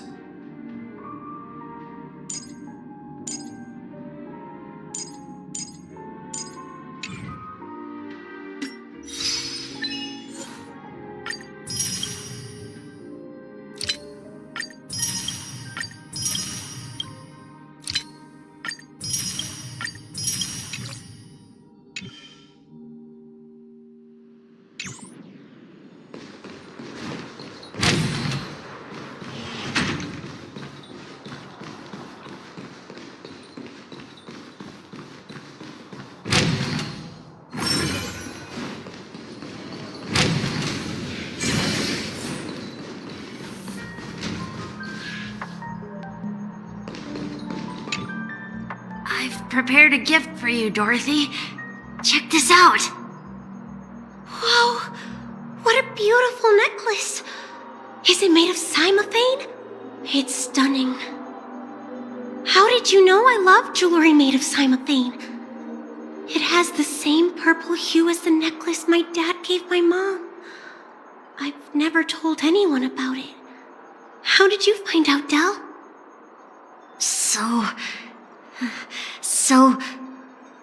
Well, will you go out with me? I will. Really? I mean, really? I never said yes before because I thought you had no idea what I liked. But this gift made me... Of the 12 hours! Yeah, let's go.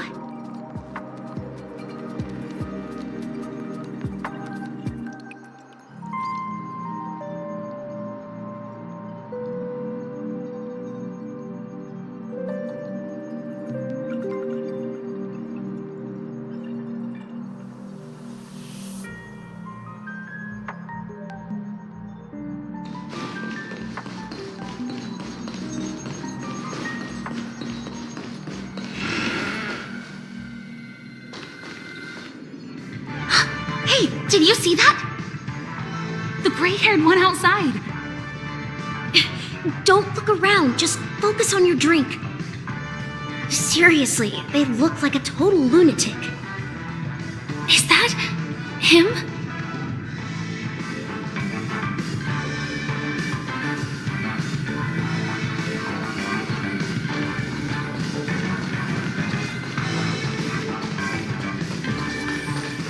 Chirp, chirp.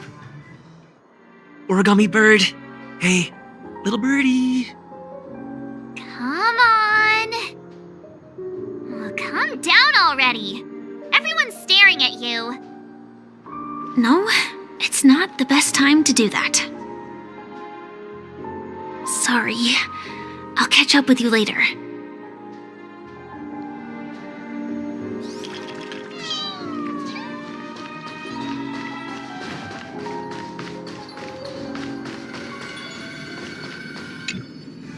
Yeah, you heard right. I've got him. He's been hiding at the moment of soul in Penacony, using a fake identity. And he even posed as a professor at Paperfold Academy. I've made a deal with the family. I'll leave the extradition-related paperwork to you. How'd I find him? Well, let's just say I had some help from an influential figure. Don't ask for the details. 22 years. Yeah. 22 years of chasing this guy all over the cosmos. You know, never thought it'd end up like this. Right here. I'm gonna hang up for now, partner. I need to raise a glass to myself.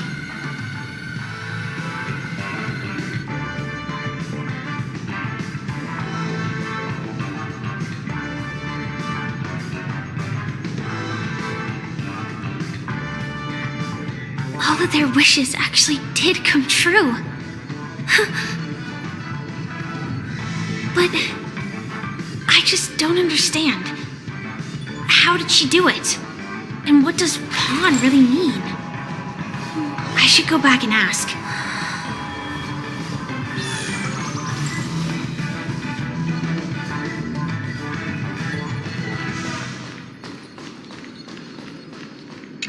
Hey, did you see that? The gray-haired one outside. Don't look around, just focus on your drink. Seriously, they look like a total lunatic.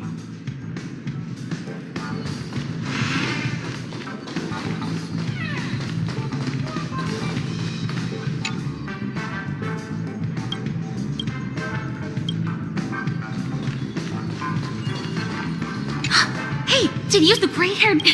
Seriously.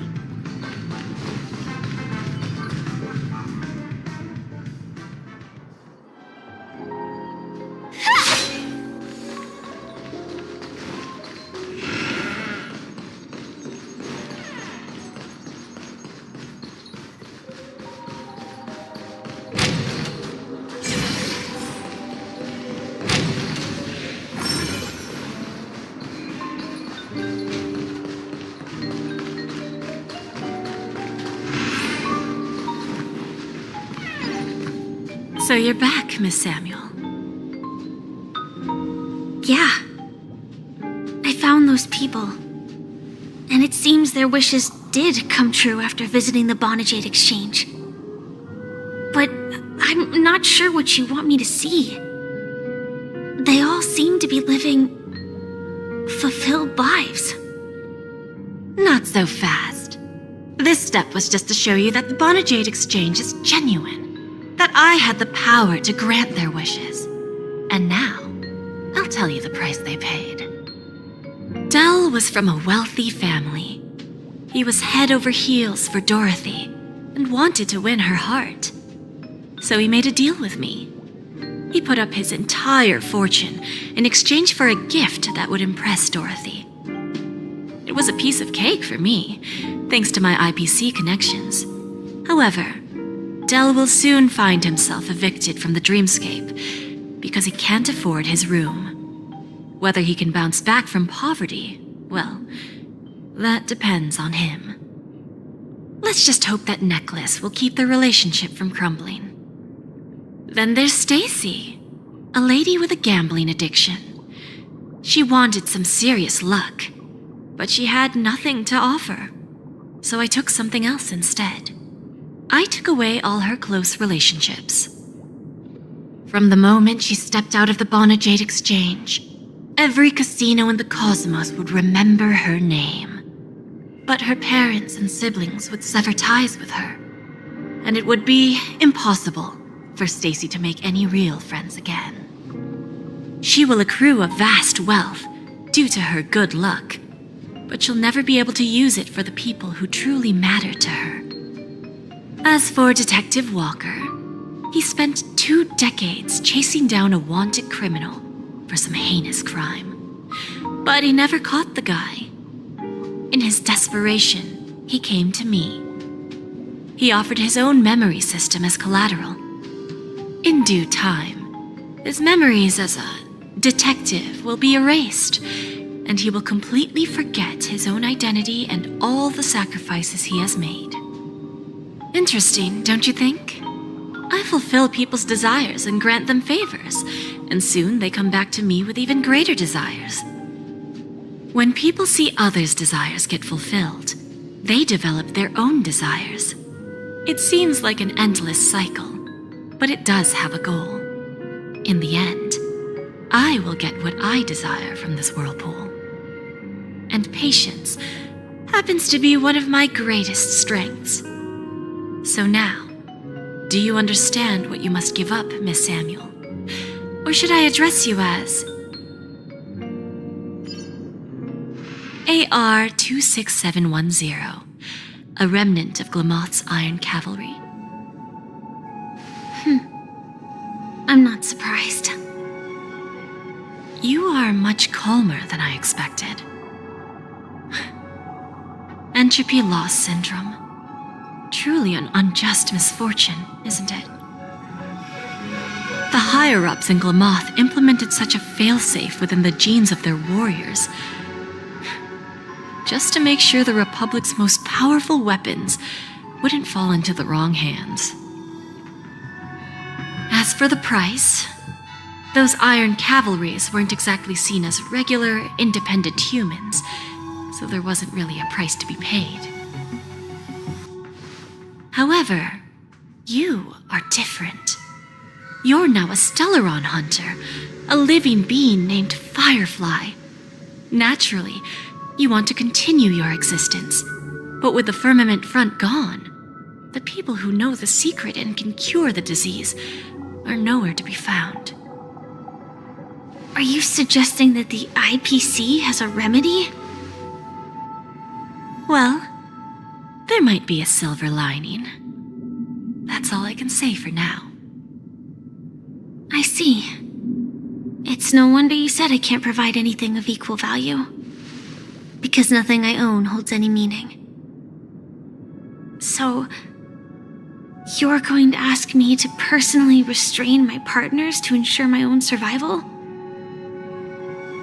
Unfortunately, that's not quite the case. Partners. A nice way to put it. Now I'm even more curious about the Stellaron hunters. Each of you has your own identity and a special bond with each other. It's strong and intimate, and yet it allows for independence. Just as the 10 Stonehearts follow Diamond, you follow your own leader.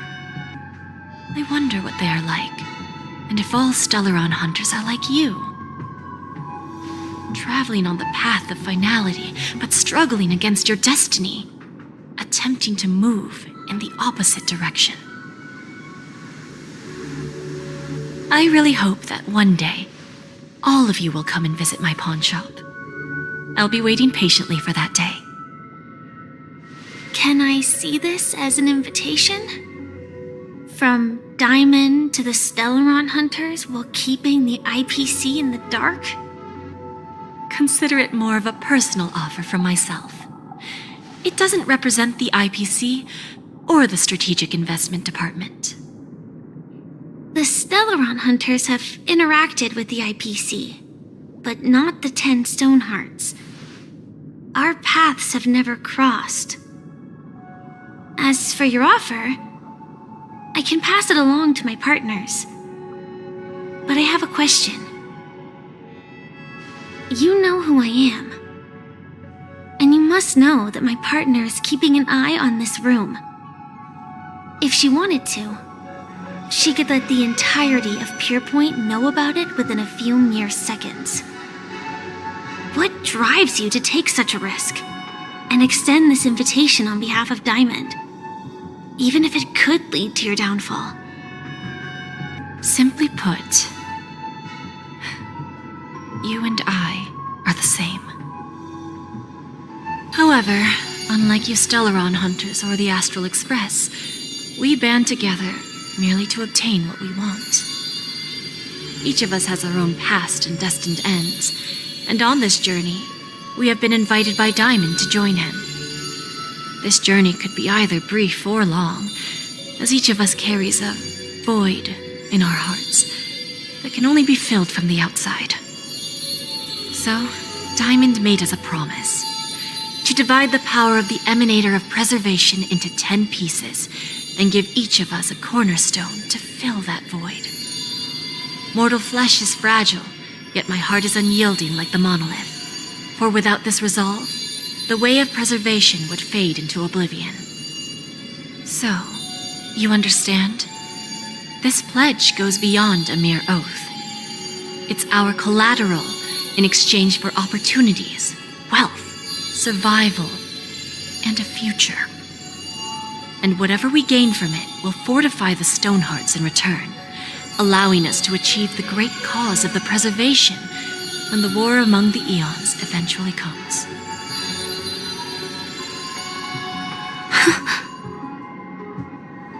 I understand. Take your time, child. You don't need to give me an immediate answer. Like I said, patience is one of my greatest strengths. If fate turns that page, our paths will cross again. It's a shame, though, that this pawn shop can't give me what I desire. My last attempt in Penacony. Well, it ends with hope.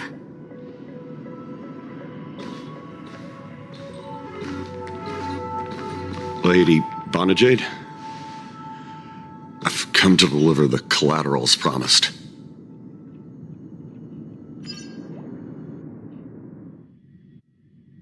It turns out, the meeting to decide the future of Penacony went much smoother than expected, with little debate.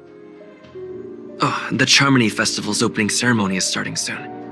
I should head down and take a look. This airship has quite a few treasures. A bountiful harvest.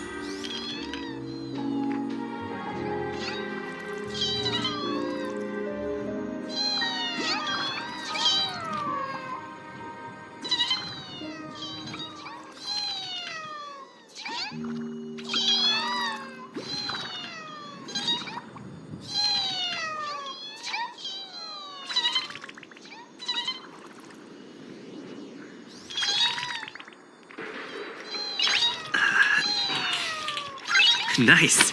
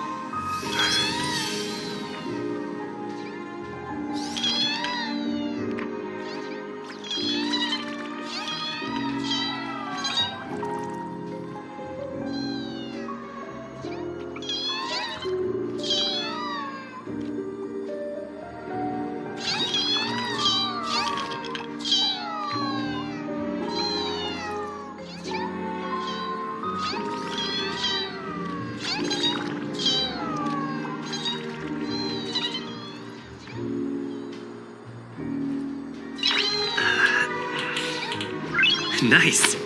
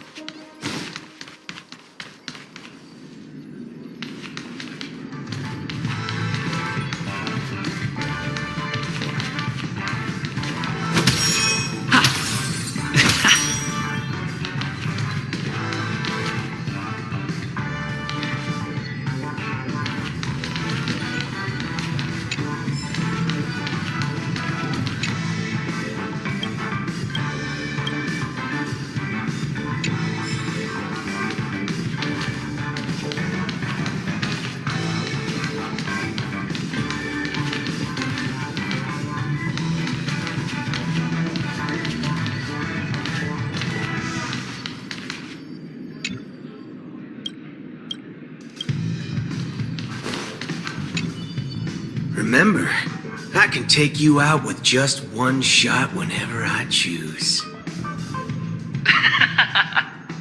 Oh, that'd be my honor. Don't worry, I hate cheating at the table.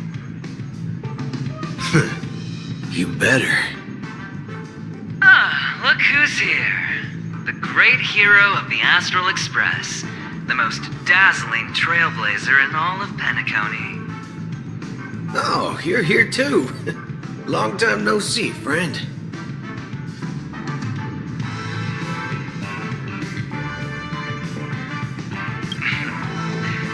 Merely a greeting of platitudes. As long as you and I have an understanding. Let's set aside those under-the-table dealings for now, partner.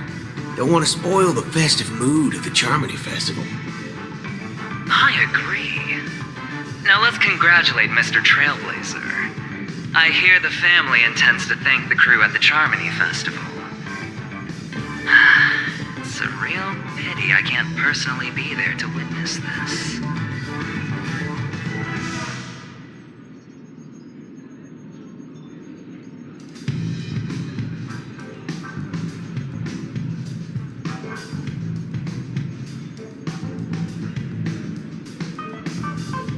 Well, my job was just to give the IPC an opening.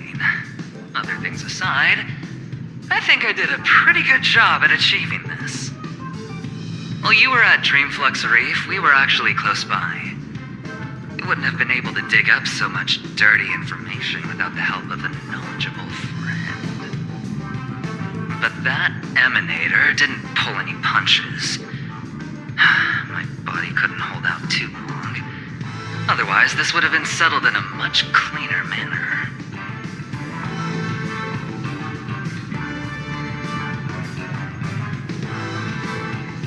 No problem. Punishing the wicked and eradicating evil is a top priority. Would have been strange if we sat it out. Making an entrance like that, us Galaxy Rangers are making a comeback. Reckon you'll meet quite a few followers of the hunt on your journey. Do me a favor, pass on my regards, will ya?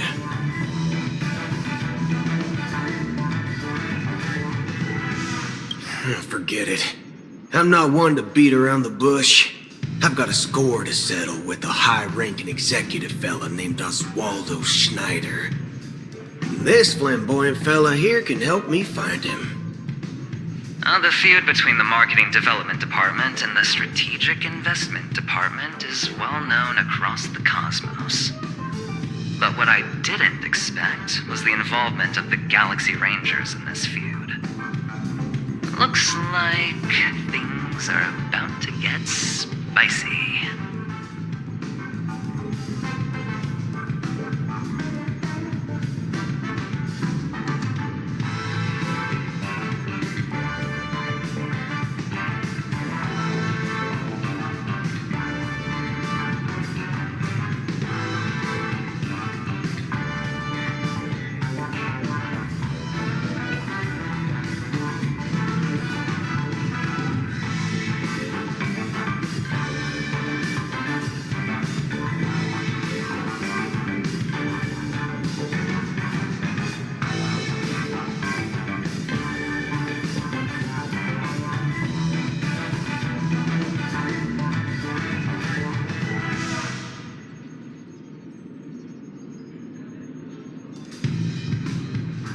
Thank you. And I also hope you enjoy yourself, great hero of Penacony. I'll pass. But I do hope you guys have fun. If you don't mind, let's play a few rounds next time.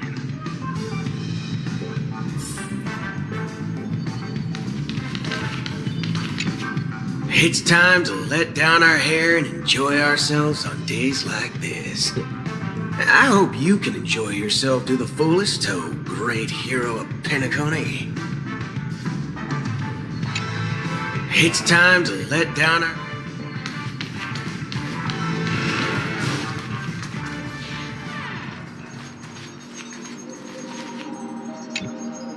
Ah, yes. I remember you.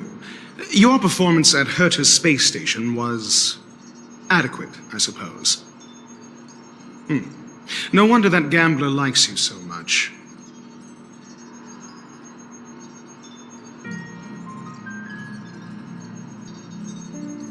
This individual is my responsibility during the trip.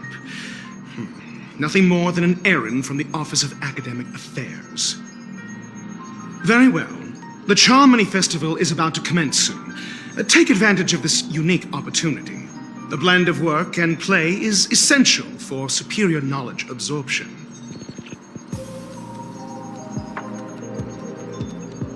The executives of the IPC and the Guild say that we are strategic partners. Yet, from my perspective, I am invariably the teacher, and he, along with you and every other individual, is the student. From this perspective, Aventurine isn't what you'd call an ideal student. Yet, he's also not utterly obtuse. Alas, the void within him can never be filled by talent and knowledge. Let's hope he doesn't turn into a philosophical zombie.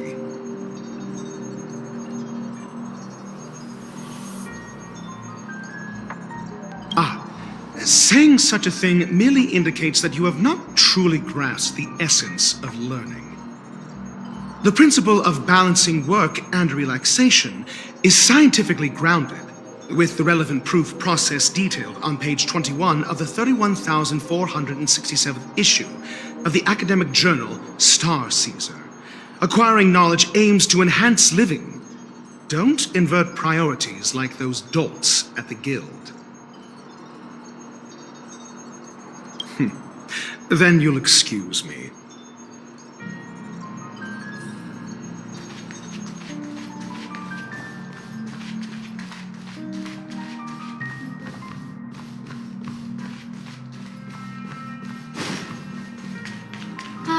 Just like the golden years.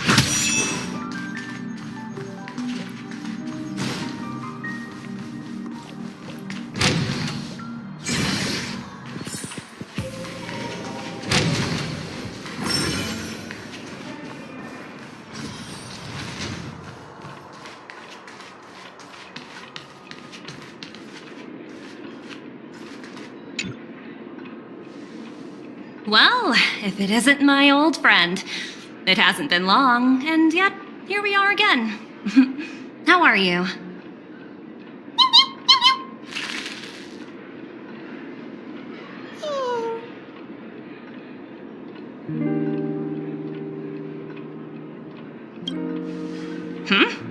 So direct. Aren't you afraid I might take you seriously? Thinking about it, though, the lives of the Nameless are so excessively exciting. I heard you guys pulled off a big stunt, cutting down the Oak family in one fell swoop. If one day you're tired and looking for a change in work environment, or you want a desk job, just contact me. Look how bustling this ship is. Not bad. Someday when I'm less tied up, I plan to host a grand party on my eco-ship, and you'll all be on the guest list.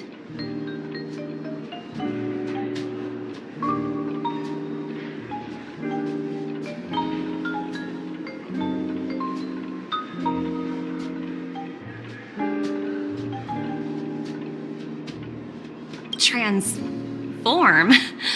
What are you saying? Oh, I understand now. You're referring to Aventurine's cornerstone, right? Sorry. Compared to him, my ability is not as visual. Guess there is no harm telling you. The abilities of the 10 Stonehearts as cornerstones are all different. Some can even read your thoughts, grasp your desires. So, be careful. Now that I think about it, it was good that Branya got there when she did in Bellabog. If she came any later, we probably wouldn't have ended up as friends.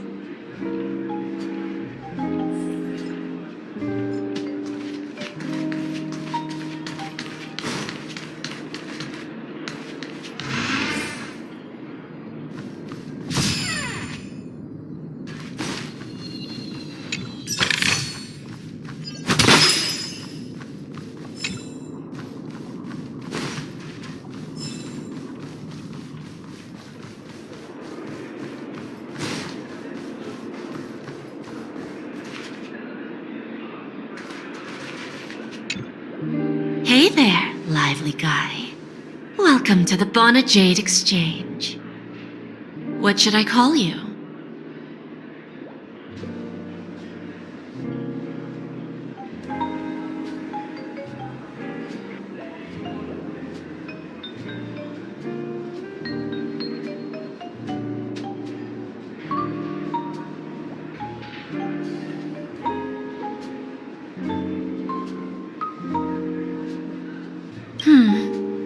Not a bad name, just lacking in virtue. So, Mr. Sunday, what do you wish for? And what are you willing to sacrifice for it?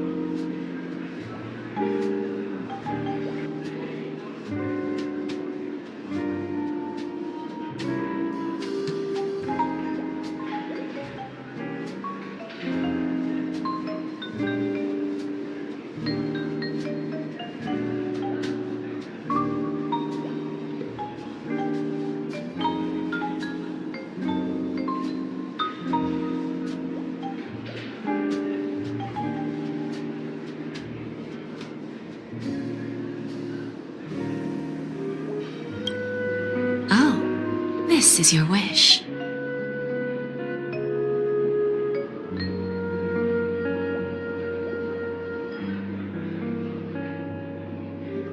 Sounds simple enough.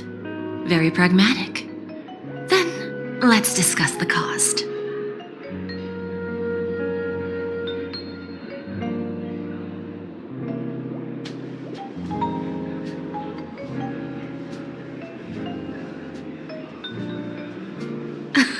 I wouldn't be too worried.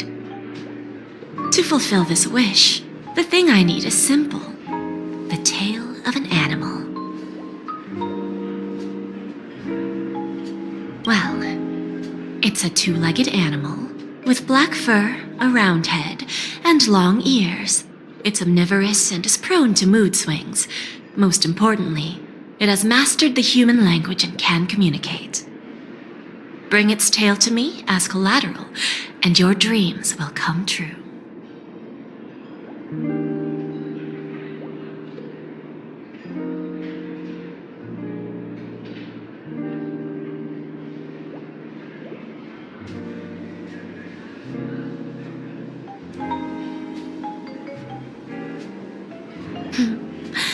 May fate bring us together again. Mr. Trailblazer.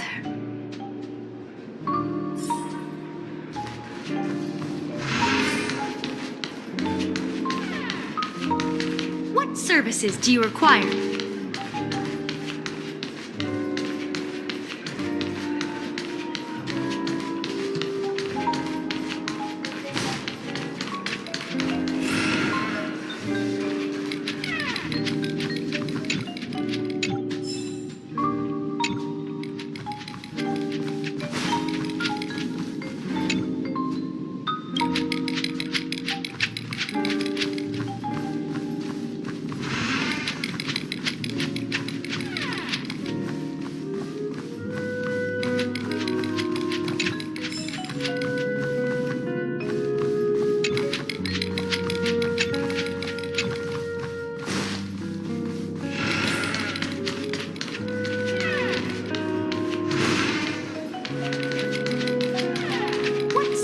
Do you require?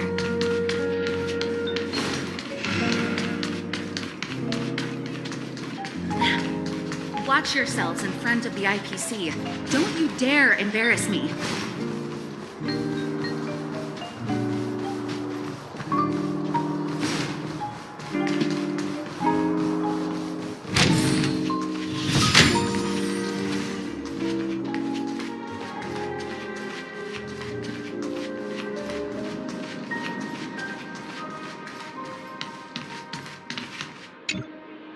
We meet again, my dear friend. Your journey of the beauty is even more elegant than mine. My most sincere regards to you.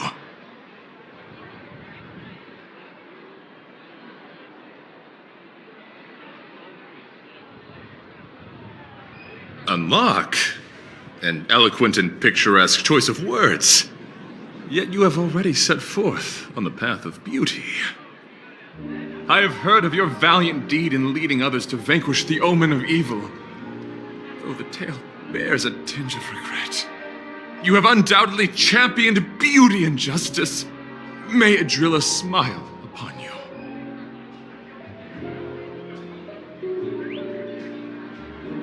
I'm ashamed to admit, Anna's dream was too realistic. I couldn't bear to bid farewell to a fallen friend who had long turned into a beast. I lingered in that illusory dream for far too long. His voice and smile were too vivid. I didn't pass the trial of beauty this time, spending too much time in self-reflection over my own hesitation. Yet I wish for Adrilla to remain my beacon, a banner for me to strengthen my determination for the beauty.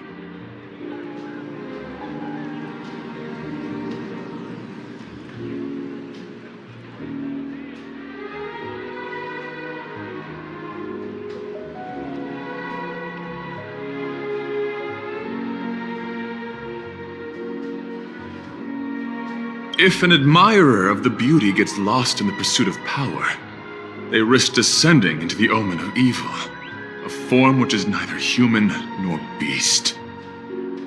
Although Mr. Sunday did not cross paths with the path of beauty, his actions were no different from the omen of evil. A lamentable soul lost on the path of righteousness. Truly a matter of deep regret. Thank you. Then may the beauty always be with you.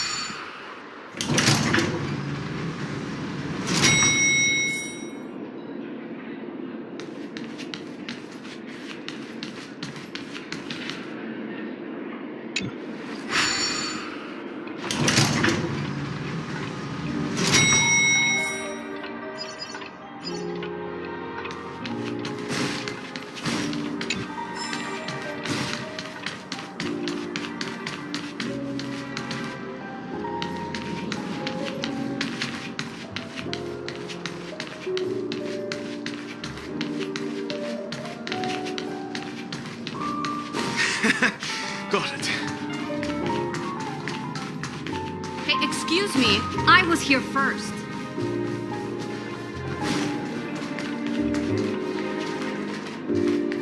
What? What a pity. Maybe I should get this.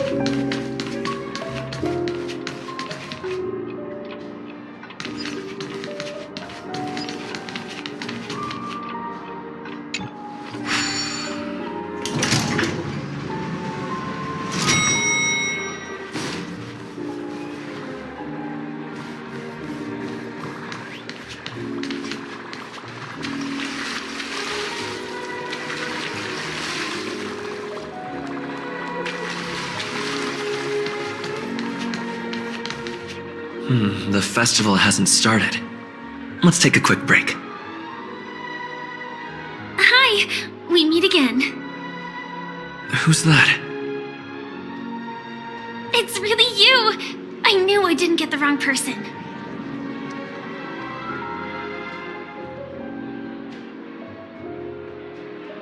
Yes, it's just I didn't get the chance to say hello. There's still some time before the Charmony Festival starts. Do you want to chat?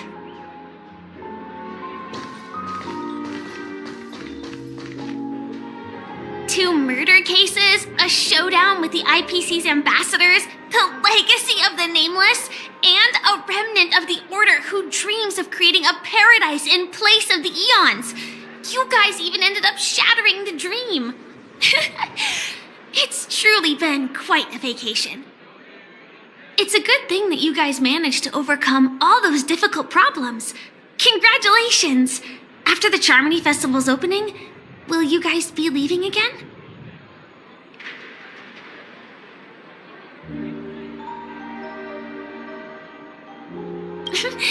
There will always be somewhere. After all, you guys are on the path of the Trailblaze. Before joining the Stellaron Hunters, Elio told me that this journey will tell me how to live on. That's all he said. As for the rest, it's up to me to find out. So, I'll pay extra attention to any leads that will let me live on. This trip to Penacony is no different.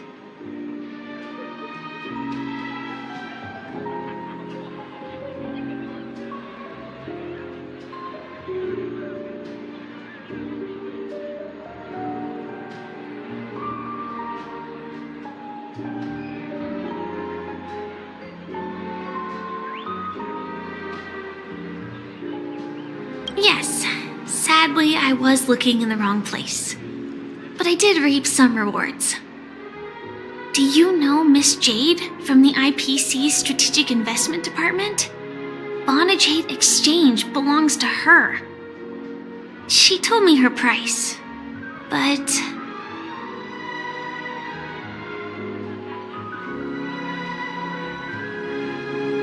I know. But what she wanted wasn't my answer either. Of course, I want to live on. But what fate owes me, I want it paid back, not passed on.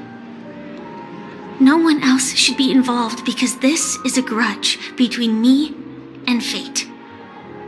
Speaking of which, actually, I feel that I still owe you a formal apology for that matter with the performer of the Iris family. Even the smallest of lies can turn into a betrayal as sharp as a blade.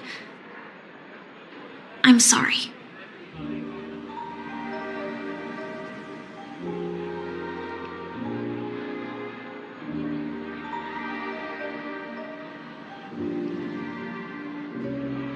Yes, and for that, I'm sorry. To me, hiding is much easier than being honest. Yet, I still want to try expressing my emotions as any ordinary person would. It's that girl! Get moving! Arrest that criminal before the Charmony Festival's opening ceremony starts! I can't believe they've chased me this far.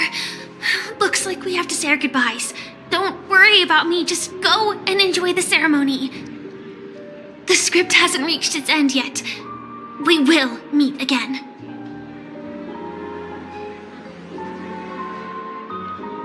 I hope she's okay. But if it's only those two hounds again, she'll probably be fine. I'll send a message later to check in on her. Let's go attend the Charmony Festival first.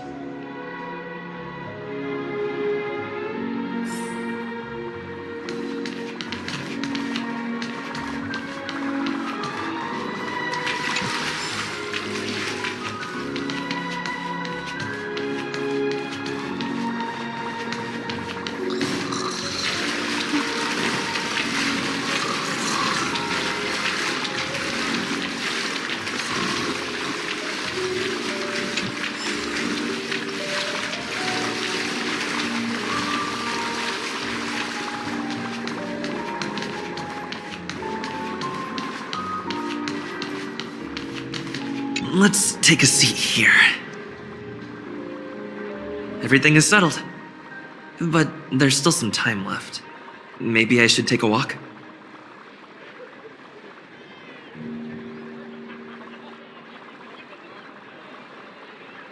Let's keep walking.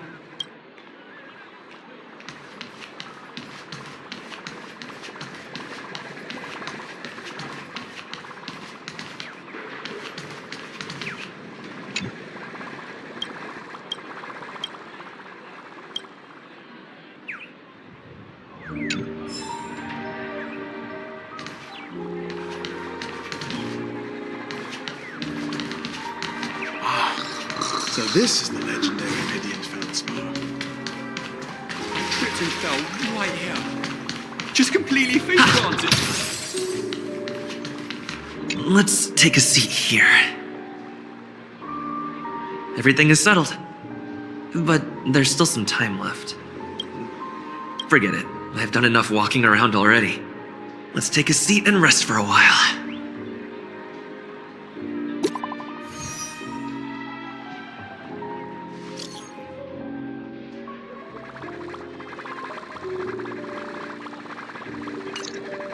Looks like I don't have to worry about her. Let's wait for the opening ceremony to start.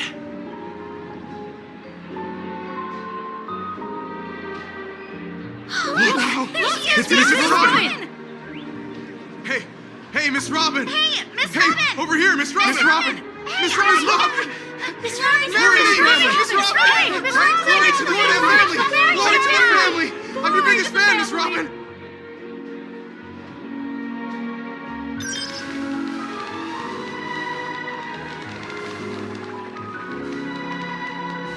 Distinguished guests, fellow family members, ladies, gentlemen, and friends from all over the cosmos. It's a pleasure to join you all in celebrating the grandest ceremony of the Amber Era, the Charmony Festival. Firstly, on behalf of the Penacony family's 5 major lineages, and on behalf of myself, I'd like to extend a warm welcome to all our guests.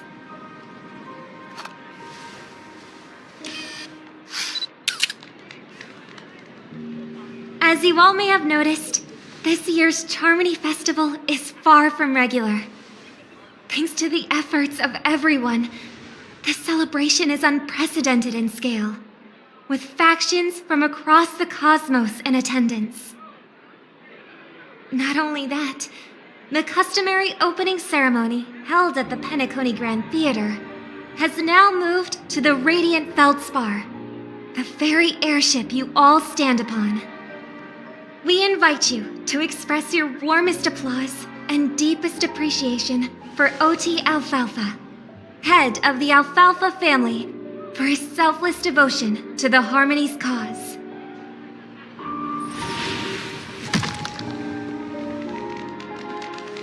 What makes this festival so uniquely significant?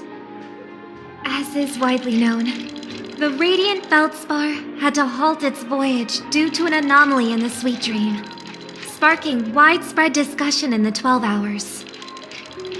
Thanks to the hard work of Penacony's internal and external factions, we've finally gotten the Dreamscape back on track, just in time for the Charmony Festival. And as they say, good things come in pairs. The Charmony Festival not only celebrates this achievement, but also marks the relaunch of the Radiant Feldspar. And finally, the last reason. Does everyone remember the Watchmaker? In truth, the family has poured their efforts into this festival just to commemorate this legendary luminary. The father of Penacony, Mikhail Char Legwork, one of the legendary Nameless who laid the foundations of Penacony. In the most bewildering times of the planet of festivities, it was he who descended from the sky with his companions, who taught us through trailblazing where freedom lies. It was also they who led the vanguard in the pioneering of the Dreamscape, in exchange for what is now known as the Paradise of Harmony. It can be said that Penacony's splendid success today is deeply rooted in the trailblazing ethos the Watchmaker planted within us. Only by honoring this trailblazing spirit can we fulfill our mission and spread harmony to a broader audience. Aw, that's so nice of her. She's talking about us.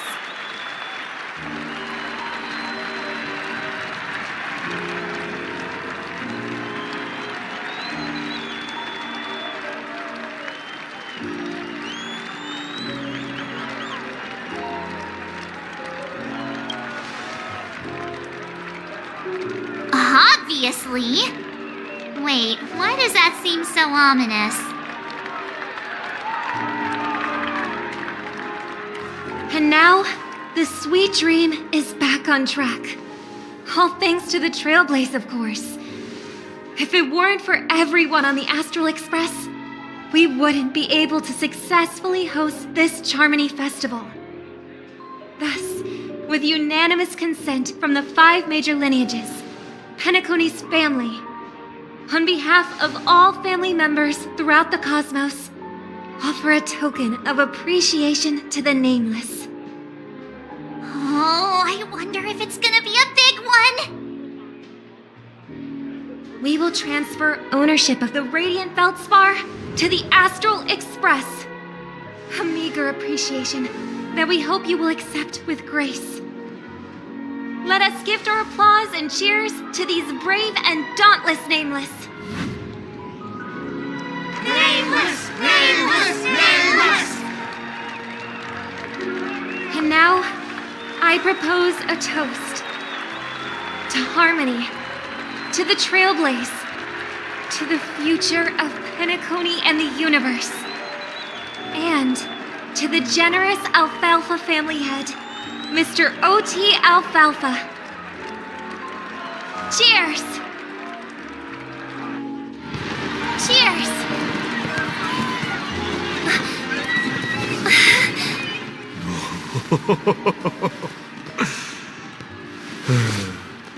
To make a decision like that. This little bird is no less capable than her brother. All's well. Right. But have you forgotten someone, my gray-haired friend? I put a bomb on this ship. You have 10 minutes to find it. Better hurry. When did this get shoved into my hands? There are still so many bombs. Now's not the time for the plot payoff. I can't handle this alone. Time to create a group and inform everyone.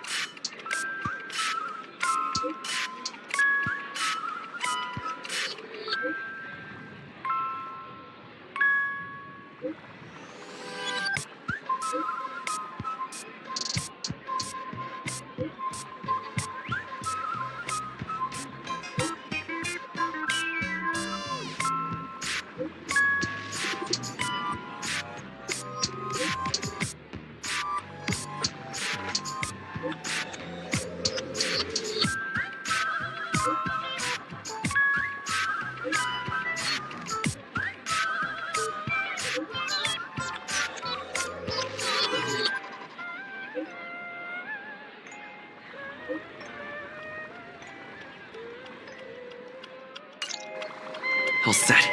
Let's start following the plan.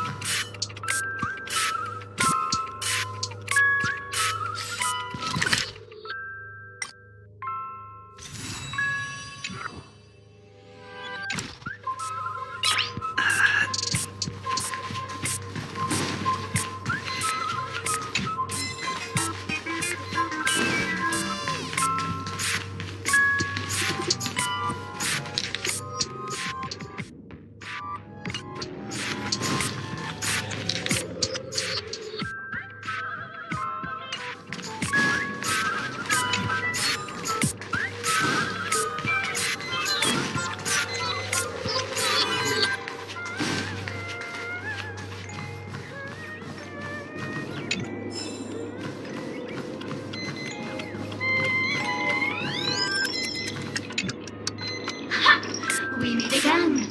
I am Penacony's famed detective. Got yourself into a pickle?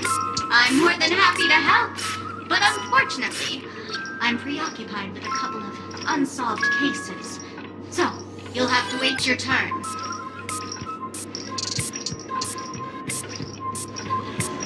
Ah, right. It completely slipped my mind. Dr. Boom specializes in explosives. I need your help, mister. You've had quite a few run-ins with Dr. Boom. And with the recent bomb situation, you're bound to find evidence that proves Dr. Boom is the killer. The first case is the Soul Glad Factory arson case.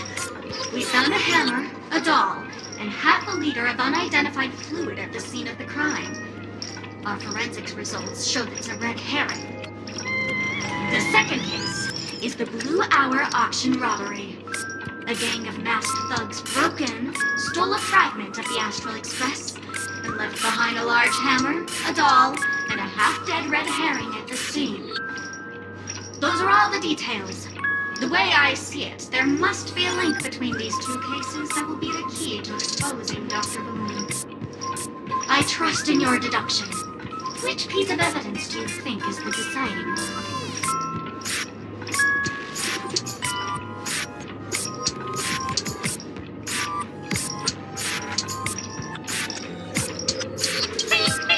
Correct answer! You're good, Gray Hair. Your mind is pretty sharp. Seeing as you've put in so much effort, I'll throw you a bone. The bomb's not here. This is only a prank I've craftily set up. Hurry, time's running out. You better find that real bomb quickly.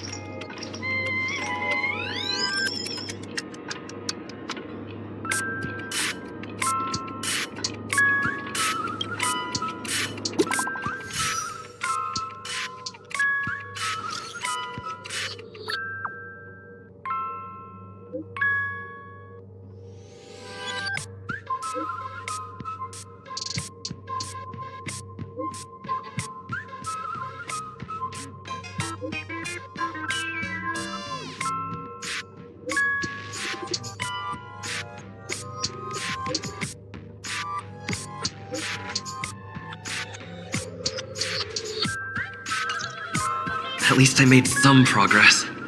Gotta keep working at it.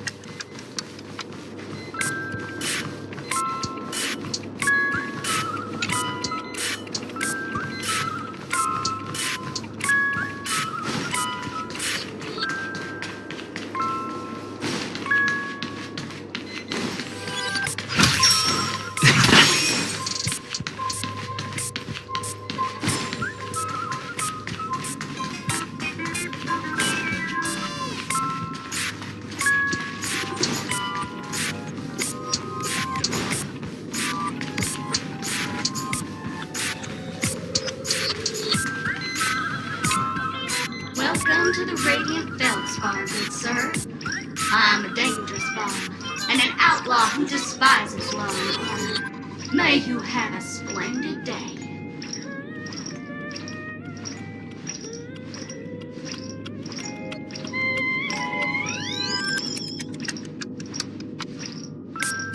Really? Fork you! If you think this isn't intense enough, I don't mind showing you what real danger and madness look like. To be frank, I didn't become an outlaw because I'm a fudging bomb. It's because I'm the fudging owner of an ancient, mad, forbidden curse. Care to experience it? I can chant it for you. But Miss Sparkle won't be responsible for any of the consequences.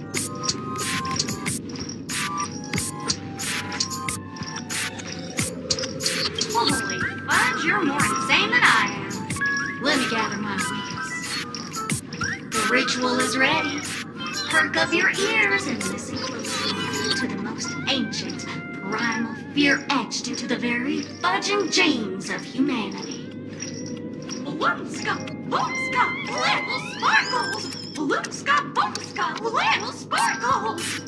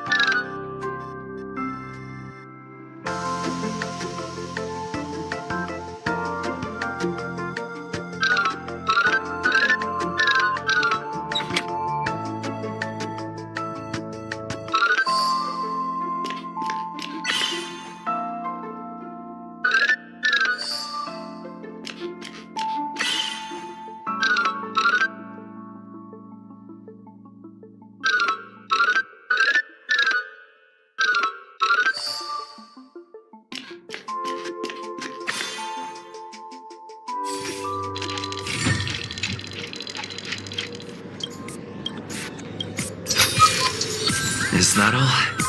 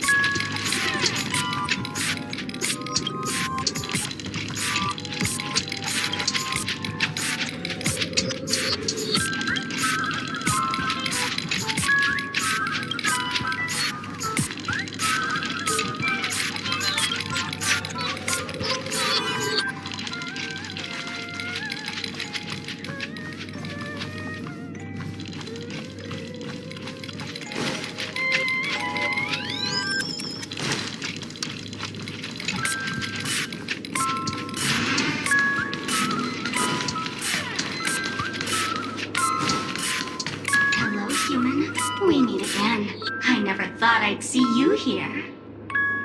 I'm currently on this luxury cruise ship enjoying Penacony's consumer-friendly sugar-coated cannonballs. What about you? Are you just seeing the sets? Bomb? Gosh, I'm not a bomb. I'm a heliobus, originally from the Lafu's Fixtural Garden. I'm passionate about researching Xianzhou's subcultures, but I've slowly come to realize that Xianzhou's subcultures also have their limits. I forgot what happened. But anyway, I ended up in Penacony. I wanted to study a subculture that is completely different from the Xianzhou's. Boy, it's really been an eye-opening experience. That is, if I had eyes. I've come to realize the people here don't treat subcultures as actual culture. They call them meme...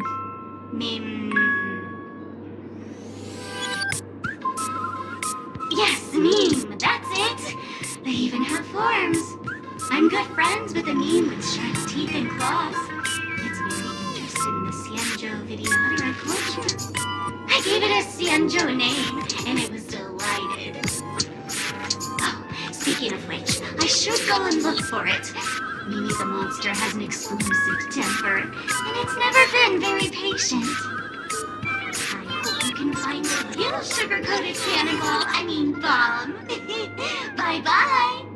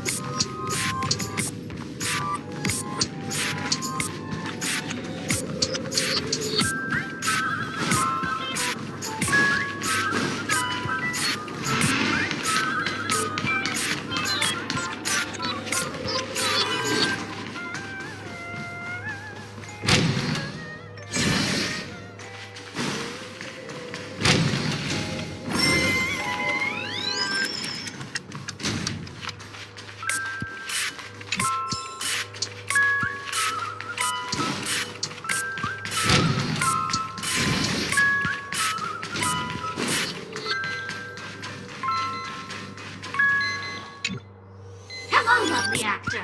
You can call me the director doll. I often use this name in film credits. If you didn't know, I'm the one who directed the entire farce in Penacony. As the leading man of the show, what did you think? Feel free to share your thoughts. Well, actually, due to the current plot requirements, you're only allowed to say one line. So, Please try and resist the urge to share your thoughts.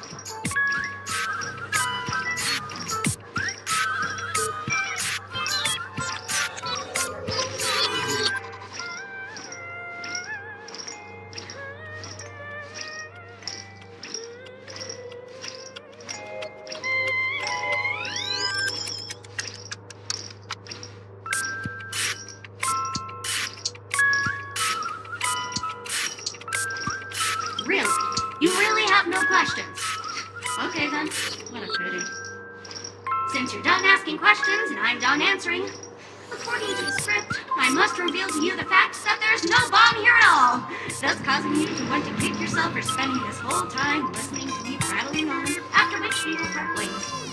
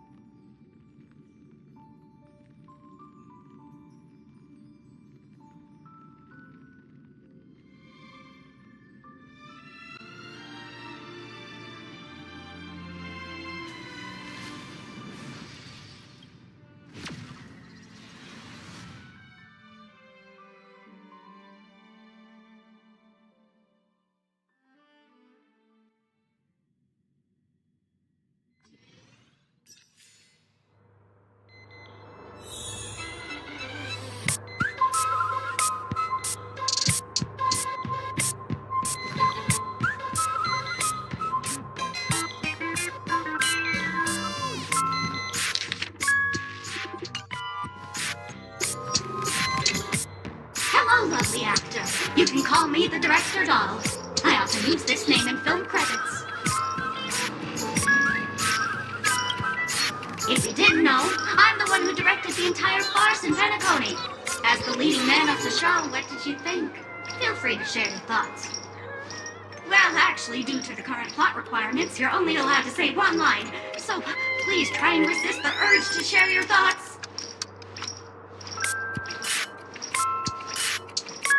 Suddenly, who's that? Since you're done asking questions and I'm done answering, according to the script, I must reveal to you the fact that there's no bomb here at all, thus causing you to want to kick yourself for spending this whole time listening to me prattling on, after which we will part ways. But don't fret, I've also prepared a gift for you. A dream bubble that has the thrilling life and death moments I shared with the beautiful Memo Keeper. If you haven't seen it yet, you should hurry up and look for Dr. Edward.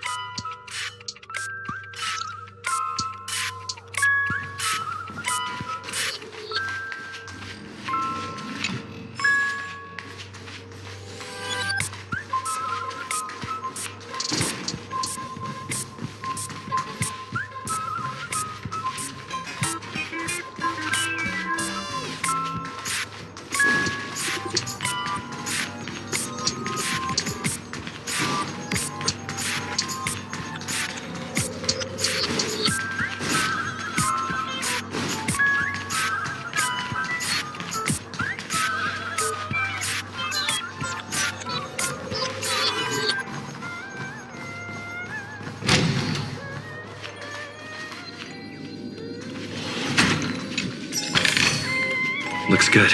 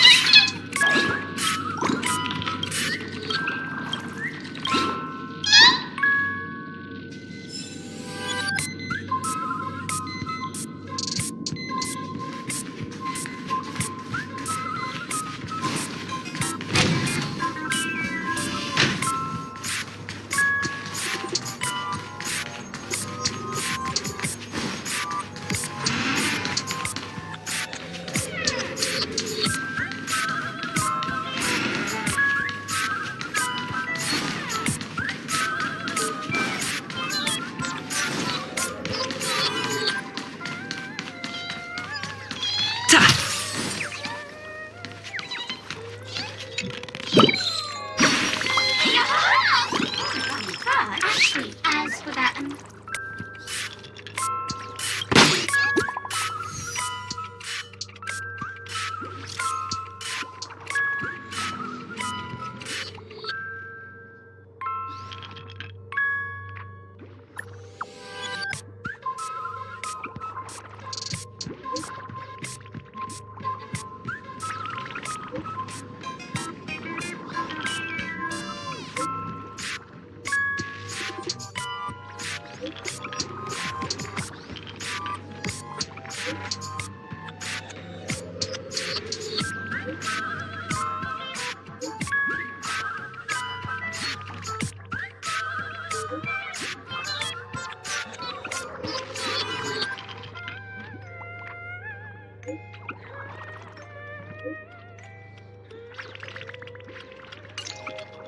Not much time left.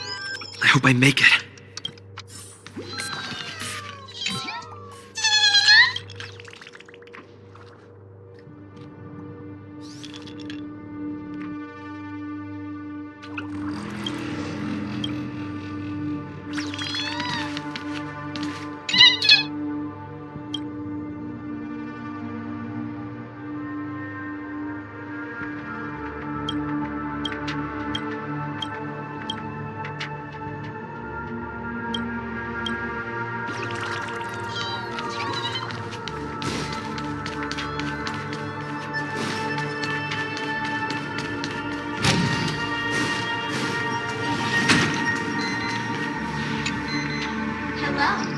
I'm a bomb. There's still some time before I explode, so you can take a look around first. That's no problem, of course. But if you don't want to go too far, I can also play a soothing tune for you in case you get bored. Now playing Never Give Up, Never Surrender by the trending superstar Astrictly from the Epsilon 12 system. Oh, hang on. Penacony's family have not purchased the rights to this song. We can't play it here. How about this? I'll recite it for you. Next up, please enjoy a recital of Never Give Up, Never Surrender. Oh, aha! If you ask me how I feel about you, don't tell me that you pretend not to see. They will never give you up, never make you sad. They will never give you up, never make you cry. They will never say goodbye to you, never tell lies to hurt you. Praise, aha!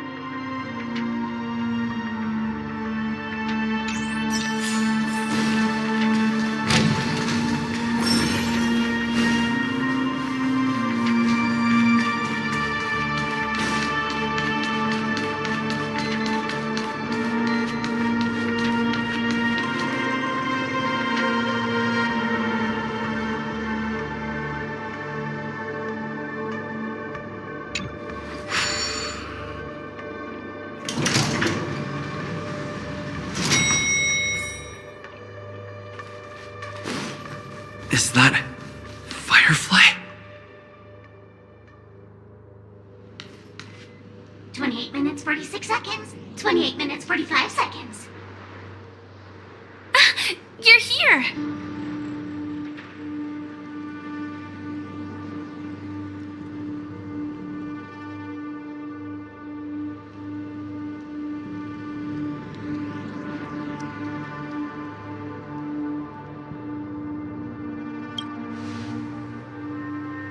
Looks like she also sent you a message.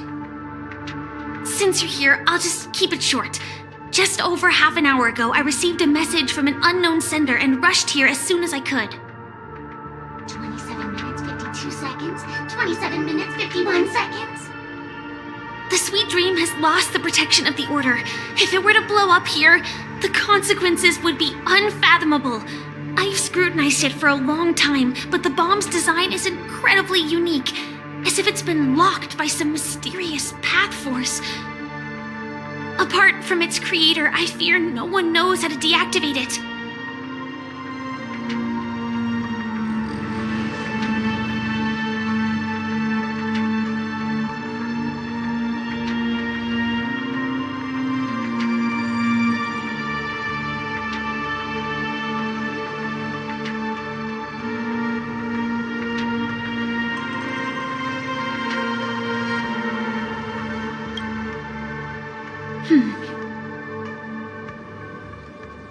Actually, there might be another way. Do you still remember? The script said that I will experience death 3 times in the Land of Dreams. I think this moment heralds the 3rd time.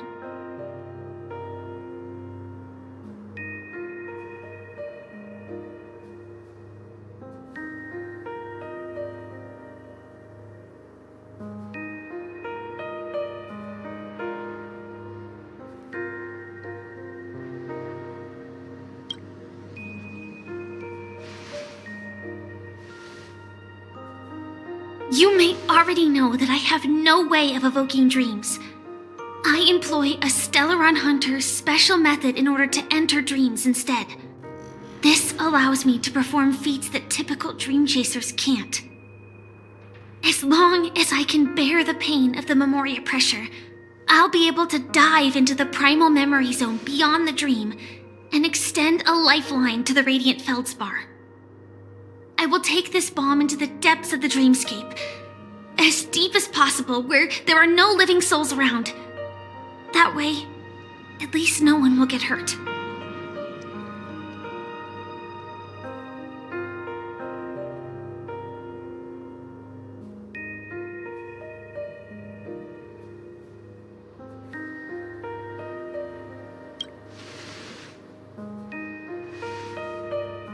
Don't worry. I believe that this Firefly armor will be enough to take me to where I need to go before the countdown ends, and maybe even make it back safely. At present, this is our best and most logical course of action. After all, a long story deserves a happy ending.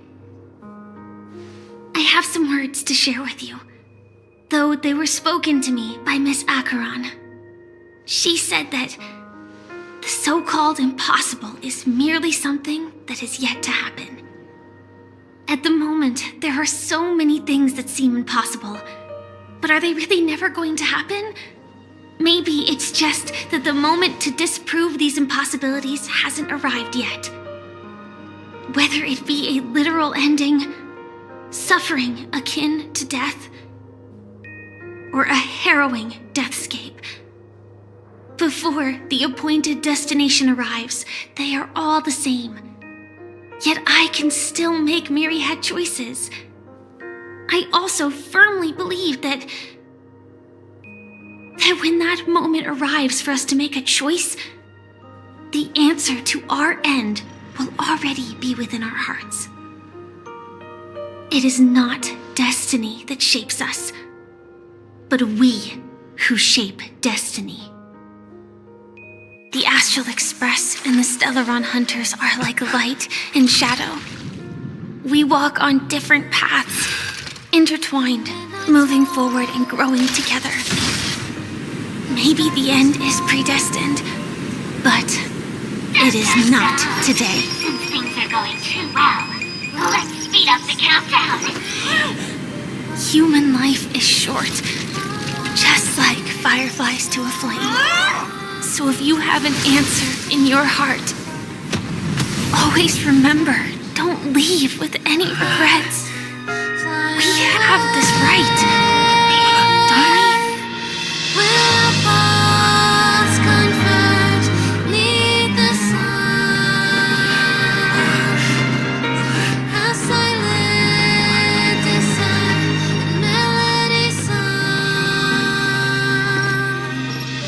Since you care so much about other people's safety, why don't you go take a closer look?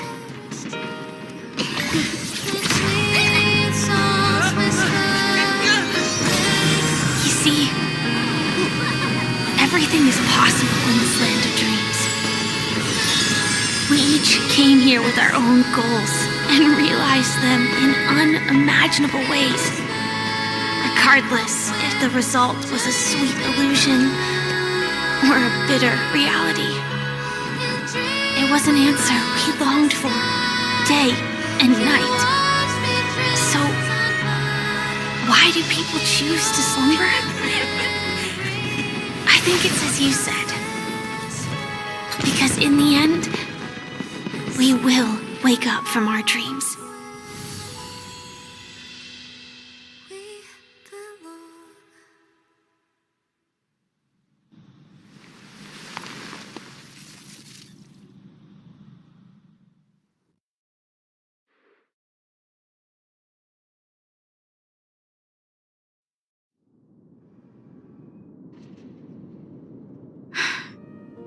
When I arrived, I happened to see a child holding it. He said the flowers were prepared by Aunt Jessie for the watchmaker and the war comrade he'd missed his whole life. Mikhail would place 2 bunches of flowers here year after year. And after he left, it became 3. Your wishes will always be remembered by someone.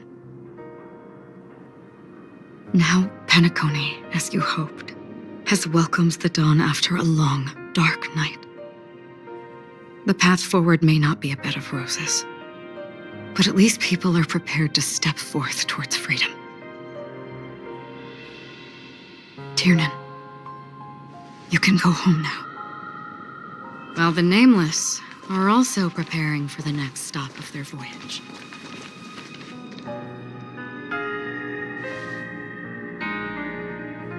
But before leaving, we still have one last thing to do.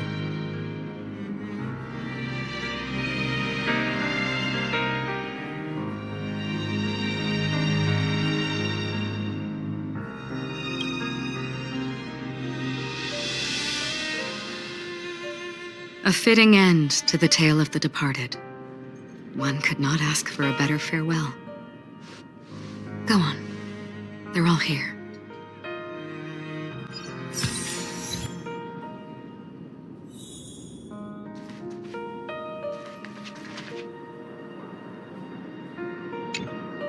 That statue. It wasn't here last time. Looks like this is the last riddle that Mr. Gallagher left for us. In the end, we still failed to figure out his true identity, or if he was even a living person. What should I say? I mean, this guy is definitely a history fictionologist, all right. I'm suddenly reminded of the time at the theme park when he said he was only 13 years old. Could that have meant something too? Either way, he's an enigmatic character for sure. At least our journey together in Penacony was real enough. And his loyalty and love for this land must have been real too, right?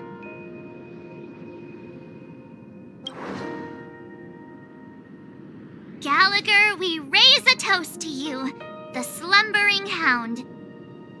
To the festival's invitation, to all lies and the singular truth. If we ever meet again, please don't talk in riddles.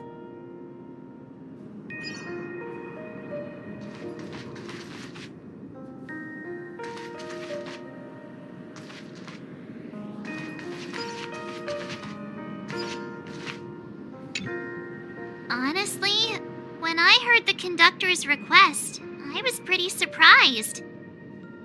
The Nameless. Those who trailblaze, doing good deeds but never seeking recognition. After all this time, how would we even find those 3 people in such a vast place like Penacony? But it seems, in the land of the dreams, anything is indeed possible. History may not remember the names of the dead, but the stars will attest to their journeys. The first glimmer of light in the prolonged night often illuminates little, as it is fleeting in the darkness too vast. But because of this, people will remember.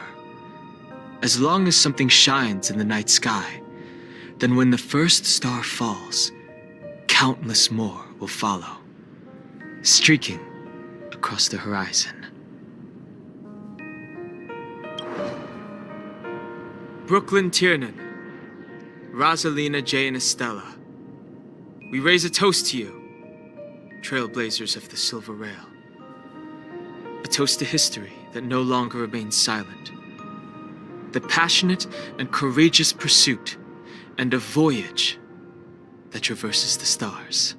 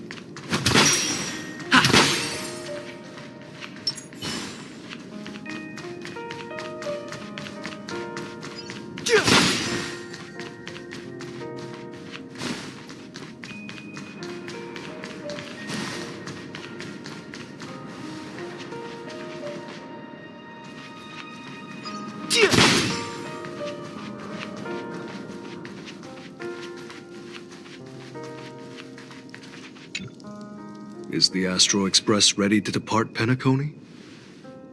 Apologies, Mr. Mika, that we are only now bidding you farewell. Oh, that's all right. You've all done so much for the Watchmaker, and we are forever indebted. Allow me, as the representative of Dreamflux Reef, to make another toast to all the Nameless. What will the people of Dreamflux Reef do now? Many will continue to live here. Those accustomed to being awake will mostly have a hard time getting used to a life of darkness with their eyes closed. Though the order has faded, there must be someone to watch over this primal memory zone. Penacony's nights are long, and there are many who are still far from a good night's sleep. As for the sweet dream over there, we're still managing without it, aren't we?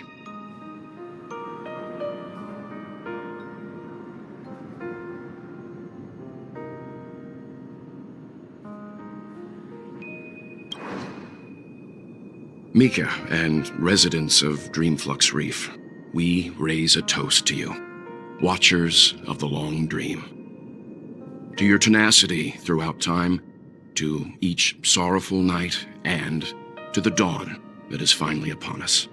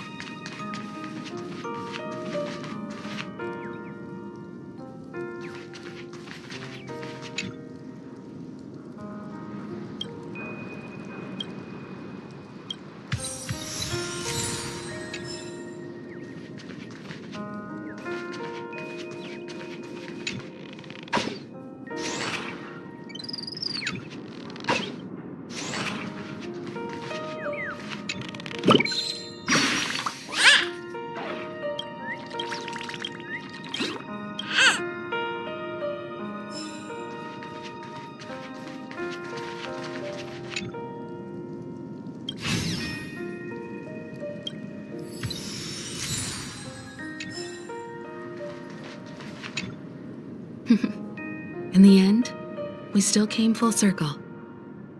This trailblazing expedition started from the moment you and a bellboy ran into each other. After going on a journey of many twists and turns, they still ended up where they started.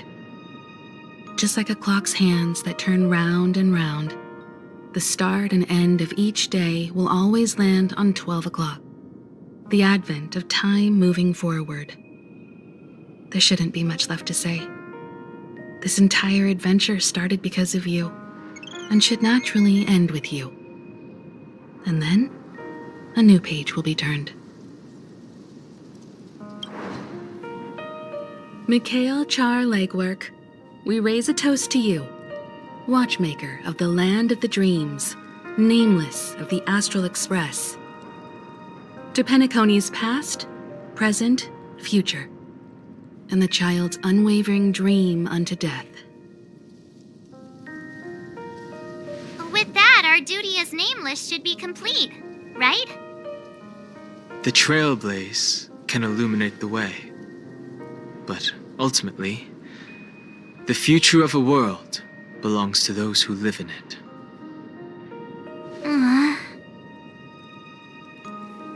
I still feel that Mr. Mikhail must have really wanted to witness this day himself. What's on your mind, March? Just a strange feeling. I had it a few stops ago, but it's super strong this time.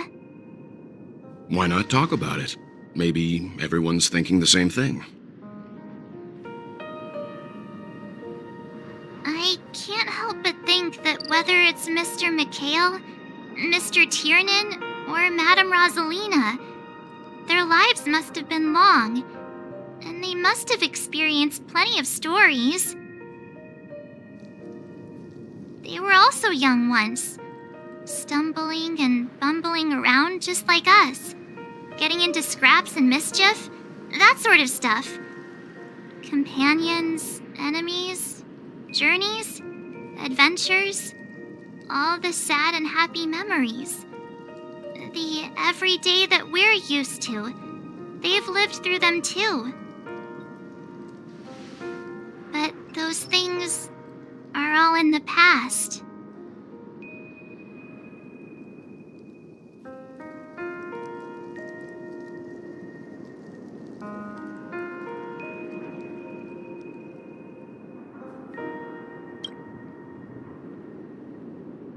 Yeah, maybe that's the precise thing I can't let go of. It'll be easier to understand if I use an analogy. Like when you're reading a book.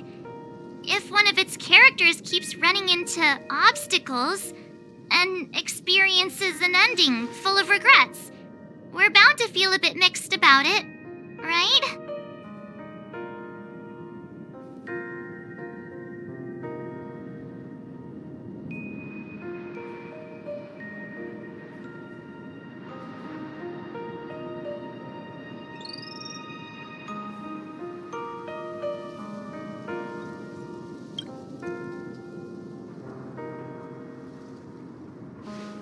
Because we've seen every nook and cranny of their lives, we see these people as special. So, even if there are parts of it that aren't really realistic nor logical, we still hope that their story gets a good ending when it comes. But what if they and we aren't really that special? When Mr. Mikhail sat in this chair, waiting for the Astral Express to arrive every day, what was he thinking? And if, at the end of his life, he could still firmly say he had no regrets, then what is this regret we feel in our hearts right now? think each and every one of us is searching for the answer to this very question. The universe is vast, and our lives are but specks. The trailblaze never ends, but against the backdrop of the cosmos, the average person's lifelong journey is merely a short stretch. But it is in this minuscule distance that paths cross and countless worlds connect. The universe may not remember every person who leaves a tie along the silver rail, but we will. As long as we remember, their stories will never end. And what Mr. McHale has left for us is his answer to this very question. It may not be perfect, but it left a smile on this storied, jaded old Nameless's face at the end of his life. And its meaning will be interpreted by those who come after us. It's not the answer that's important, but what we can learn from others' answers, right? This is what trailblazing is. Sure. I'm really sorry for bringing down the vibe. Quick, Don Hung, tell us a dad joke to lighten the mood.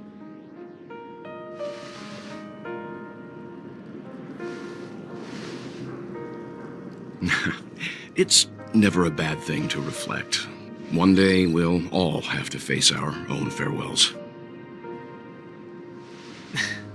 But before that, we still have a long way ahead of us together. So the most important thing right now is to tell the conductor what we saw in Penacony.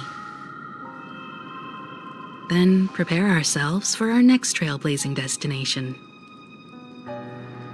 I should get back to the Express. Or maybe I could say my final goodbye to Acheron.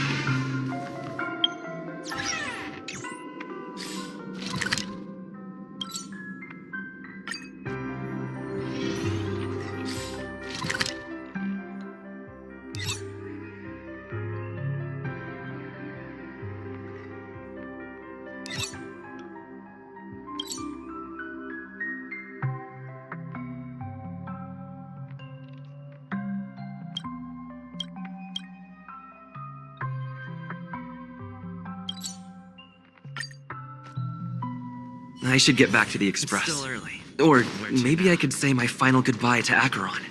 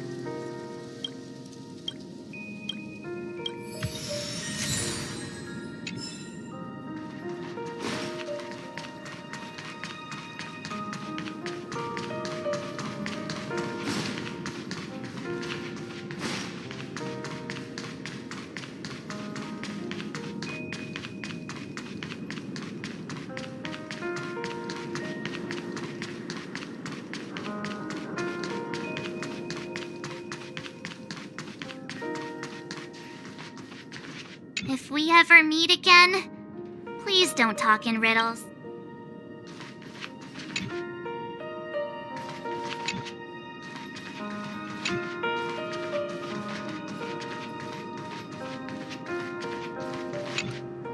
Do you still remember when we first arrived in Penacony? Who would have thought our paths would cross in such a way?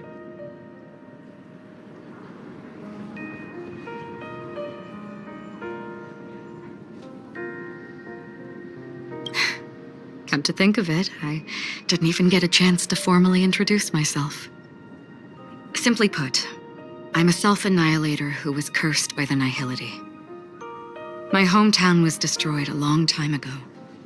and the whole world was erased beneath their shadow.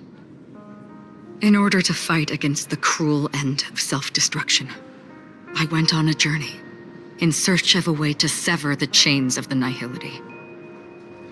After a long and grueling search, I am convinced that my destination lies within the depths of the dark web, where reality and the nihility are separate.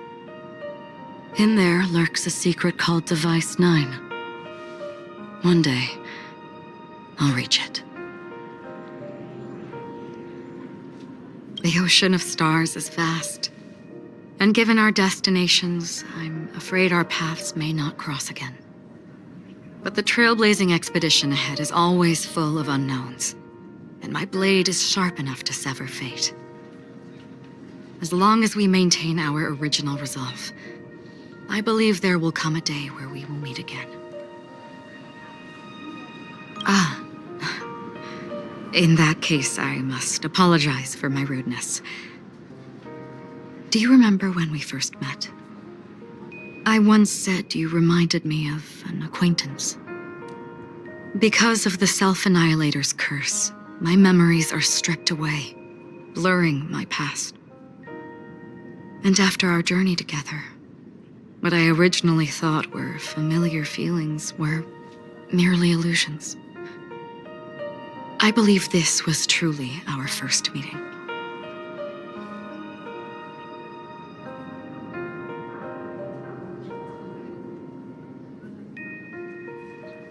What do you mean?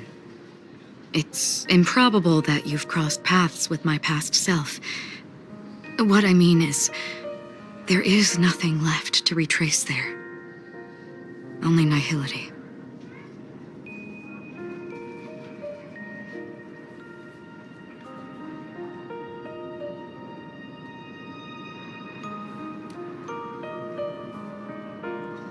I see. You've also had a similar experience? Then you should know that this me and your memory of me are not the same person.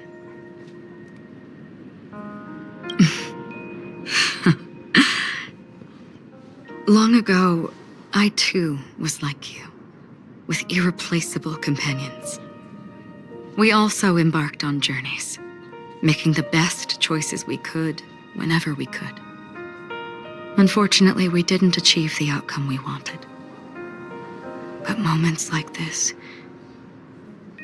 make me feel like they never even left. In this universe, there exist countless worlds that are similar yet different, and countless people who are alike yet distinct. I too have wandered alone, encountering acquaintances on strange worlds, seeing their silhouettes overlap with my past. In your opinion, what does this déjà vu mean?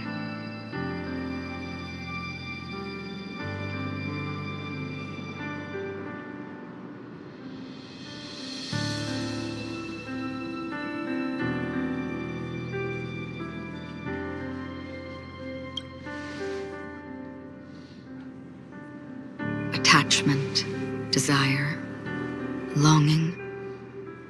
They may all be right, but they are all incomplete. I believe it's not something external, but something that originates within us. An emotion that traverses time from a certain moment of our past to reach us. Perhaps it's a source of warmth and happiness, or maybe it brings pain and sorrow. Each time we reminisce on our past, we always seem to notice a tiny but unforgettable instant that we left behind us, along with certain other things that remain constant throughout. That is a summary of our lives, encapsulating everything about us in these moments, proof of our shared path. Within them, we glimpse our own essence, and thus, we truly exist. Just like everyone in this story, hurtling onwards along the path of destiny with passion and courage for the things that breathe meaning into their lives. Set forth on your voyage without hesitation, Nameless, on the path of the Trailblaze. Even if the ending has been predetermined, that's fine. There are countless things that humans cannot change. But before that, on the road towards the end, there are still many things that we can do. And because of this, the end will thus reveal a completely different meaning. This is the meaning of journey. All those things, beautiful before, are still so now. And I believe it will still bloom at the end of the nihility, until we meet again beneath the sun's rays.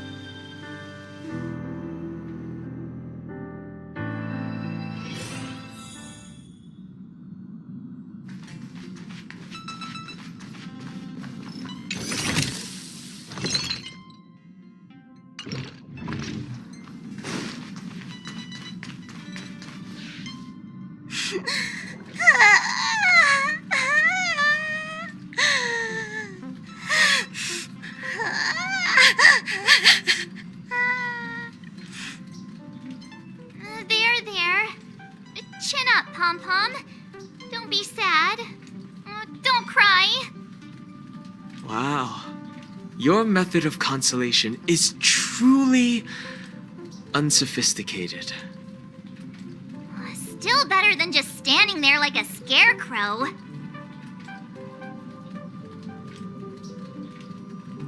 How could you say that? Don't be so mean. And while you're here, why don't you help me comfort Pom-Pom? We told Pom-Pom all about our adventure, and they suddenly started crying. I've never seen Pom-Pom so sad before. The conductor never cries. Pom-Pom is never sad. Pom-Pom is just angry. Yeah, angry. No matter where the express stops, you lot always manage to cause chaos. My well-thought-out timetable completely ignored. If you carry on like this, the express is gonna run out of fuel. That's right. Pom-Pom is just angry. It's not because of Misha, Tiernan, Rosalina, and the rest.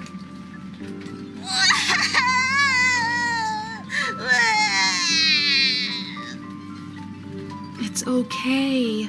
Oh, Pom-Pom, just let it all out. Everyone, could you all take a break in the next car? Don't worry. I'll stay here with Pom-Pom. But... Let's go, March.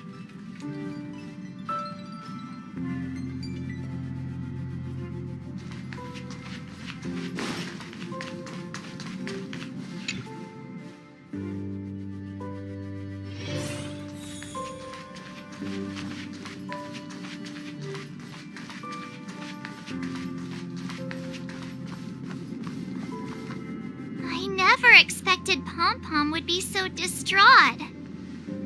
Those three nameless must have meant a lot to Pom-Pom. No one knows exactly when Pom-Pom boarded the Express, but one can surmise that their journey has been filled with many hellos and goodbyes.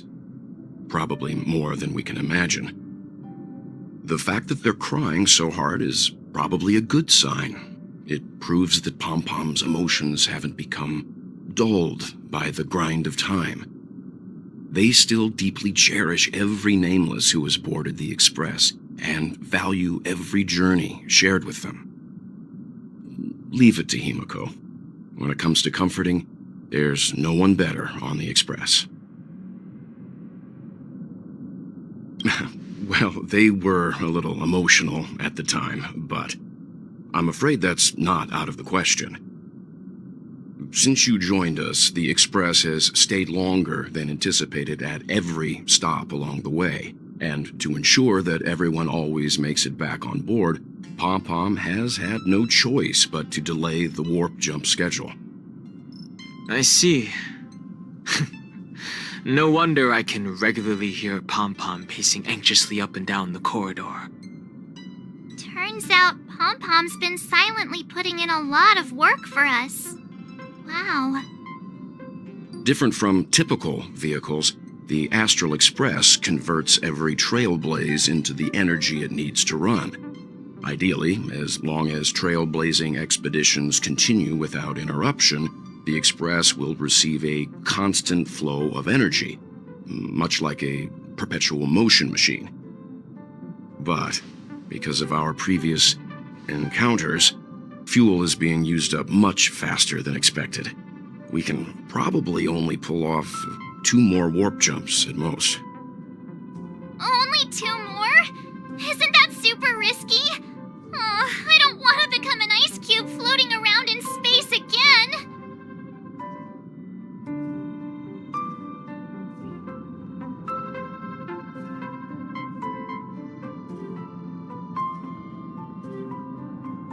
How about we shove you back in the space station's computer then? Which also means that we must prudently consider our next destination. Yes, I've already checked the astral charts. The 2 nearest worlds to us are the oceanic planet of Lushaka and the agate world, Melostanin. As for which one we're headed to, that still requires a vote. Or perhaps you might consider a suggestion.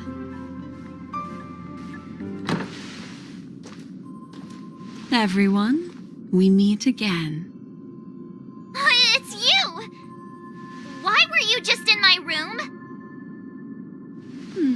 It's a very cute room, Miss March. Just like you.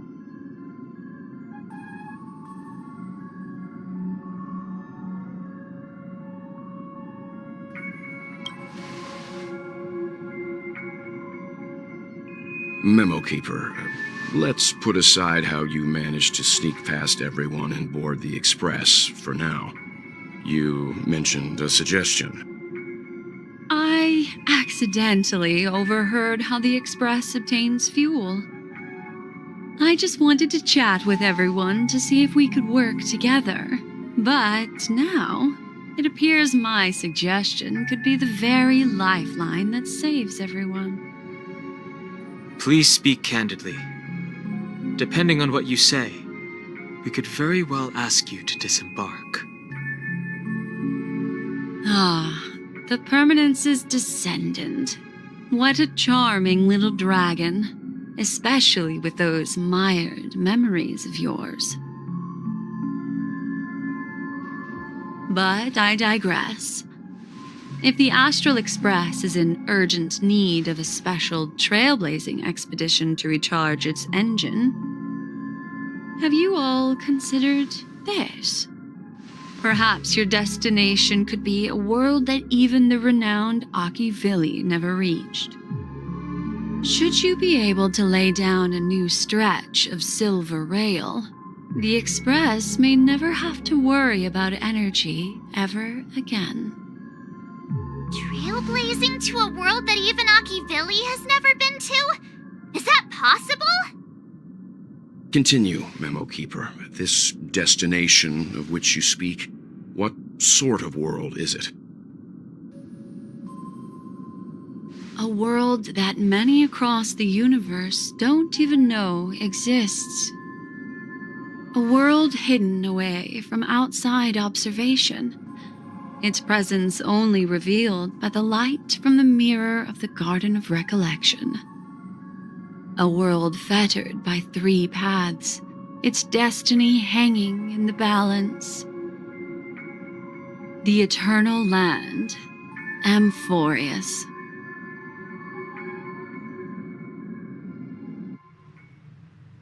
I hope I'm not too late, child. I wasn't expecting it to be you. Don't you know how many sentry posts the family has built? And how hard it is to get you out of here? Looks like my time's up. What do you mean? What time? Negotiation, interrogation, or death. My fate lies entirely in your hands, Lady Bonajade. The dance is done. Why bother with the compassionate pretense and give someone who's about to die the chance to talk? Despite your fall from grace, you still look well. I'm very glad to see that you're so full of verve. Do not insult my pride with half-veiled sarcasm. Have you specially come to see me just to sate your vile vanity? Oh, of course not. I merely came to fulfill your younger sister's wishes, to offer you a generous trade. That is, if you're willing to accept. Robin? To build a true haven where everyone can attain peace. That's the oath between you siblings, isn't it? If I told you there was still a chance to realize this vow, would you be willing to talk to me then?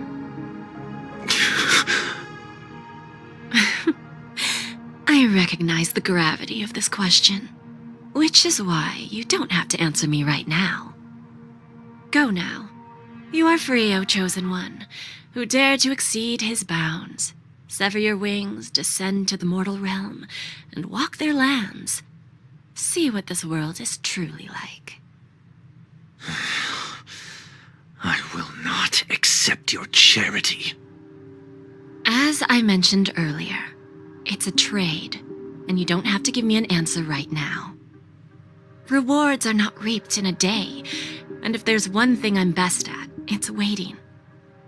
The sweet dream still continues, and the night is still long. You have plenty of time to contemplate your answer. A word of advice for you before we part ways. A word of warning from someone who's been in your shoes before. Life is too short to miss out on golden opportunities.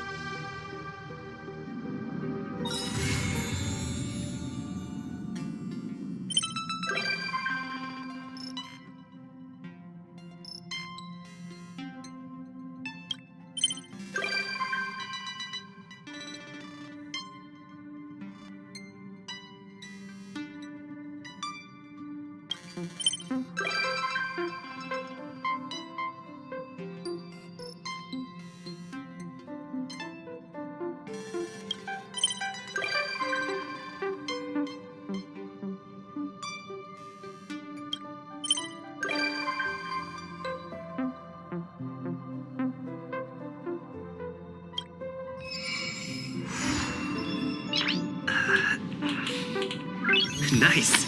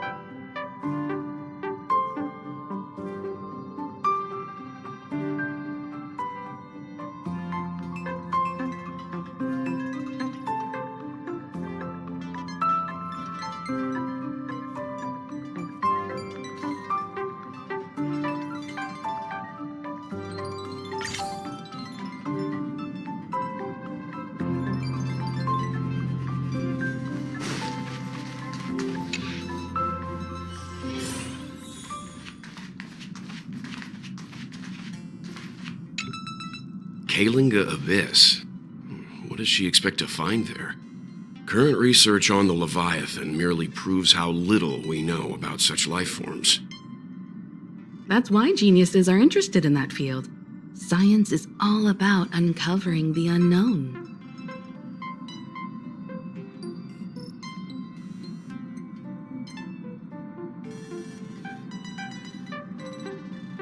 Don't miss us too much. If I stumble upon some cool Leviathan fossils, I'll bring a few back as souvenirs for you.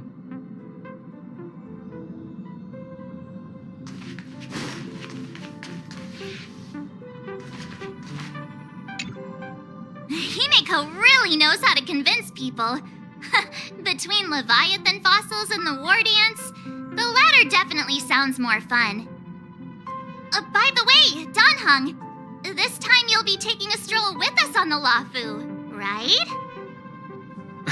And just let you two wander around aimlessly on the Luofu by yourselves? I don't think so. Plus, Mr. Yang is right. The ambrosial arbor crisis just ended, and both the long life and short life species are still feeling uneasy. And that's why Jing Yuan wants to organize the war dance, to show that the Xianzhou Luofu is stable and safe. And since he has extended an invitation, it's only right that I visit my old friend.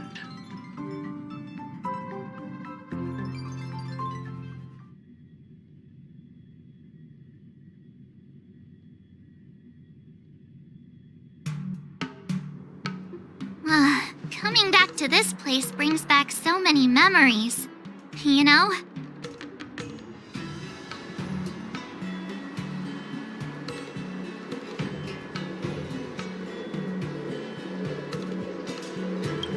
Hey, I'm not actually gonna recite a poem. I was just thinking about all the twists and turns we went through when we first arrived on the Xianzhou. This time, we're not being forced or enticed or chasing after wanted criminals. And we didn't have to sneak in through the cargo dock. This trip has been incredibly smooth. Quite unusual, I must say.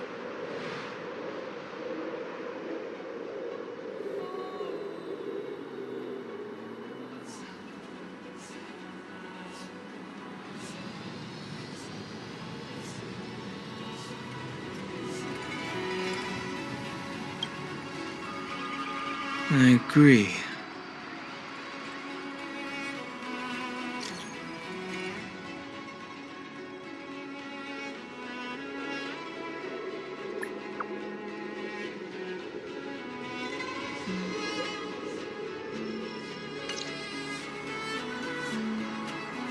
Is the Starskiff Haven always this crowded? Oh, there's so many people here. I can barely hear anything. Yanqing said General Jingyuan sent him to welcome us, but where is he? Let's wait for him in front of the loom. It's the most prominent landmark on the dock.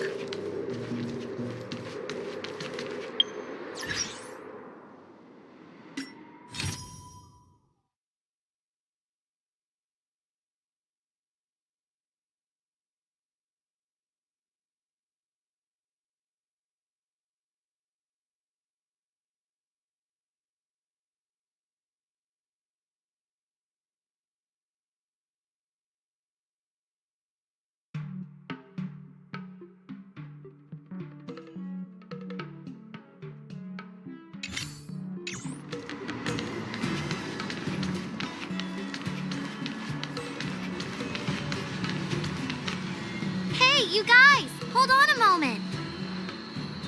Did they just call us? Look at their outfits. They're from Penacony, right? Are you familiar with the Xianzhou Luofu? We know a little bit about it. What do you need? We're from Penacony. Maybe you've heard of it. We came to this ship to gather interesting materials for making dream bubbles. Oh, we just left there. Oh, talk about coincidence. That's great. Do you know any must-see attractions on the Luofu?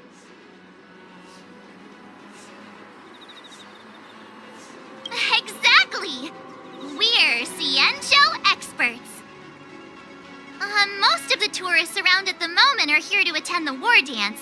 And that's why we're here too. Yeah, we know about that ceremony. But isn't the fighting ring still closed? I've heard the ring was actually converted from a huge decommissioned Lafu fighter jet.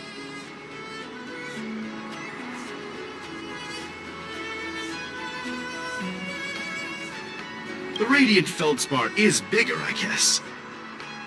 But for now, all we can do is wait until the war dance starts in a few weeks before we can board it. We've still got work to do, so we can't just sit around waiting for it to start. That's why we're asking you about some must-see attractions. We're looking for unique experiences that you won't find on Penacony. Our clients love these kinds of dream bubbles the most. You're the expert here. Give them some suggestions.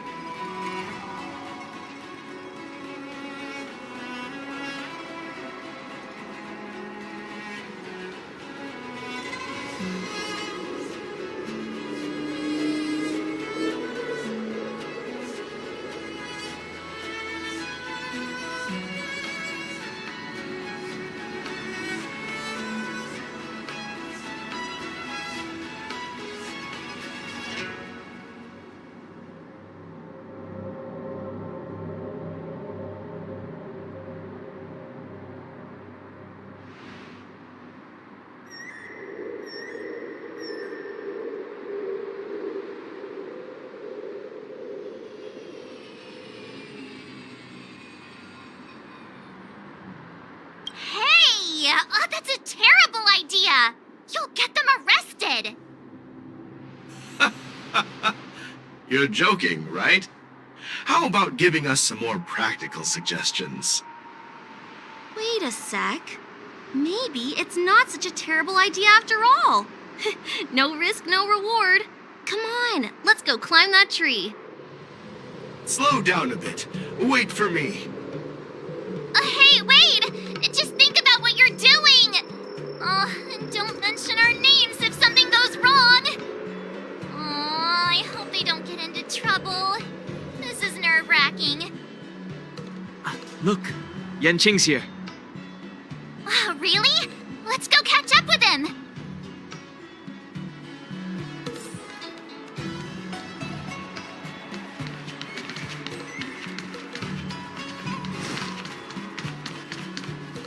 There you are! Everyone, this way!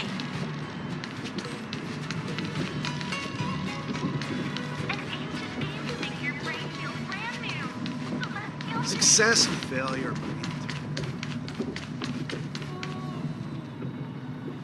Hey, everyone! It's been a while. Well, it doesn't feel like it's been that long since we last saw you. But, Yanqing, are you? What's up, Miss March? They say kids grow up really fast. Yanqing, are you a little bit taller than before? We've only been away for a few months.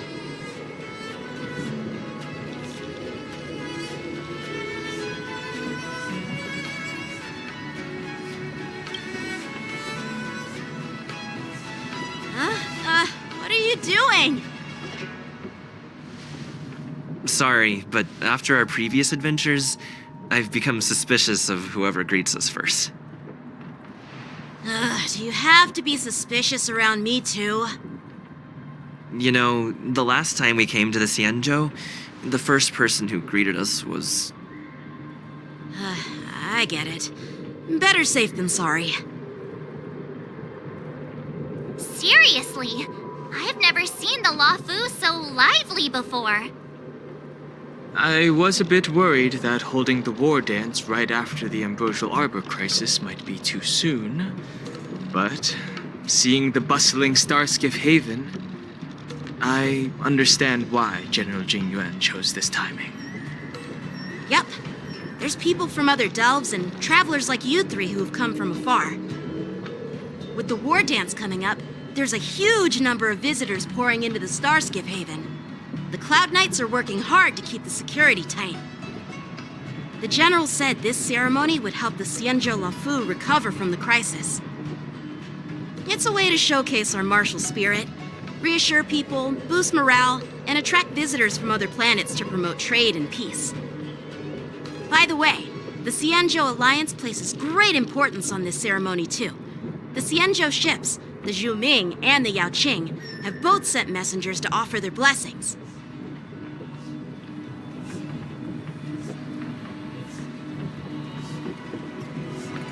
Yeah, I wonder if you've heard of it.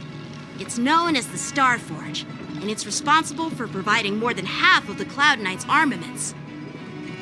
The Xianzhou Zhuming boasts skilled craftsmasters, and General Huayan is a top-notch craftsman himself. If only I could get a sword forged by him, I'd be on Cloud 9. By the way, Yanqing, where are we headed next? I'm sorry for talking your ear off. The General wants to catch up with you at the Palace of Astrum. He's been eager to hear about how the Express has been doing. It's funny how he tries to act all mature, but whenever it comes to something he's interested in, you can really see his childish side.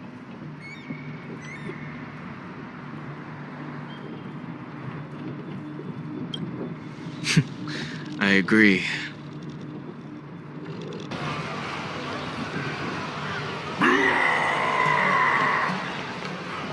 All units, assemble quickly! Get ready to protect the crowd! I just mentioned security, and now all of a sudden something's gone wrong. Excuse me, I need to go check out the situation.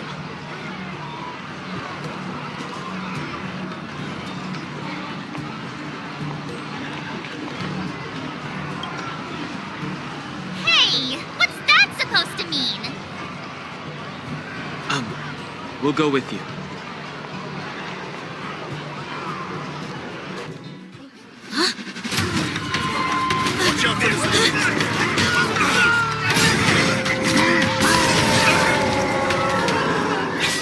Protect the civilians. I'll deal with him.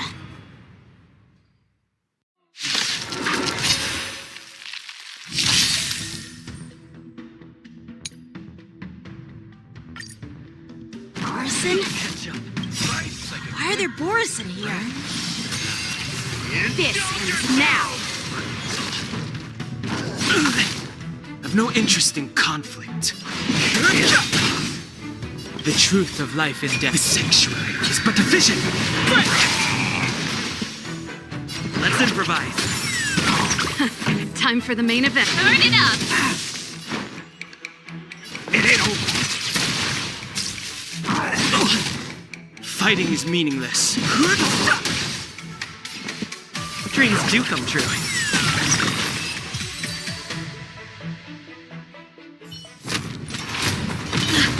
Not good.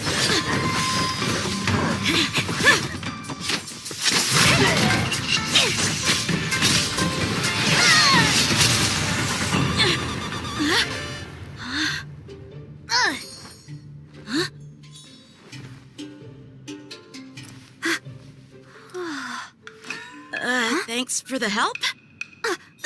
Sorry, no time to chat. Could you give me back my...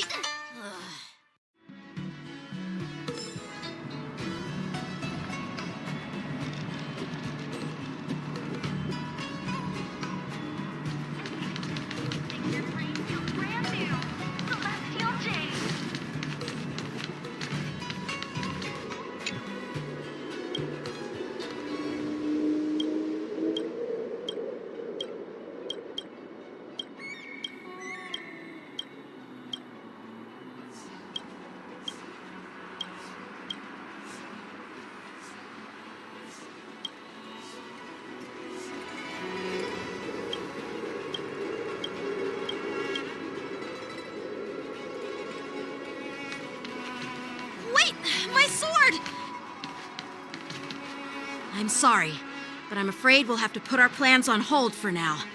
I need to find out what's going on.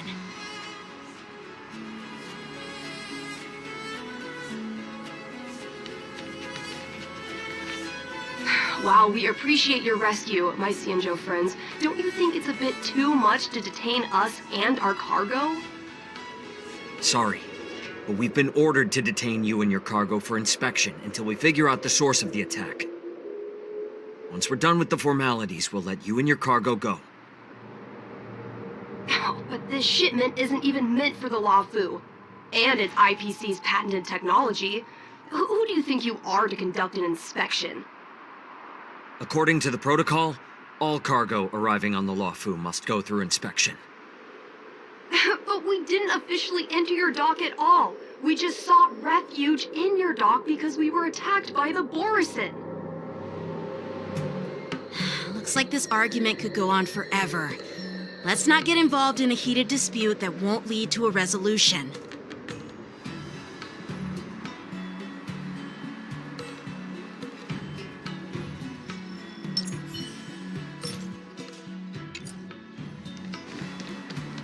How dare you?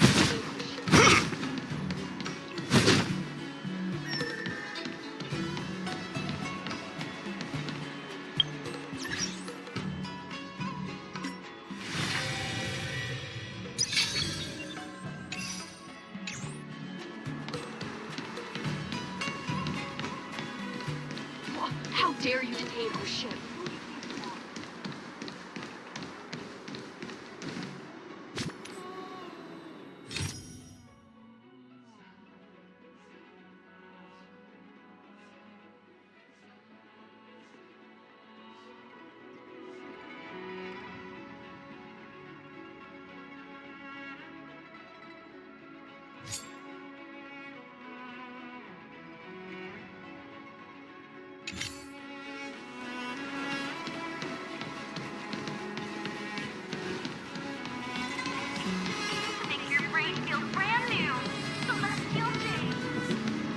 Who's in charge here? I need some answers. It's my fault. We let our guard down for a moment. I take full responsibility. With the war dance approaching, safety should be a top priority. Now, tell me, how did Borisin prisoners end up in Starskiff Haven? According to the protocol, Borisin prisoners should be held on a starskiff and taken directly to the shackling prison under strict supervision without ever touching the ground. Who allowed a prisoner transport ship to dock at the passenger terminal? Please don't blame this, Captain. This incident involves the Zhu Ming's diplomatic vessel. Who are you? I'm Lu Jun, an officer of the Patrol Defense Squad. Thank you for your help, Lieutenant Yanqing. The situation unfolded rapidly, and it shouldn't be held against the captain. Here's what happened. An IPC transport ship was attacked by the Borisin just before arriving, and the Zhu Ming's diplomatic vessel came to the rescue. They fought off the Borisin pirates and imprisoned them on their ship. So, an IPC ship was attacked by the Borisin near the Luofu, and the Zhu Ming envoys saved them? This sounds complicated. Honestly, it gives me a headache too. The Zhu Ming diplomatic ship, adhering to standard procedure, docked at the passenger terminal to hand these criminals over to the Luofu. You know, with all the outsiders flooding onto the Luofu, the Starskiff lanes are under immense pressure. The Borisin desperados decided to put up a fight before the prisoner transport Starskiff could get there. And that's what you just witnessed. We'll make sure these prisoners are sent to the shackling prison as soon as possible. I see. It's an unusual situation indeed. I'll report it to the security department of the Realm Keeping Commission and ask for their cooperation in handling the aftermath. Maybe I should gather more details from others so that the Seat of Divine Foresight can have a better understanding of the situation.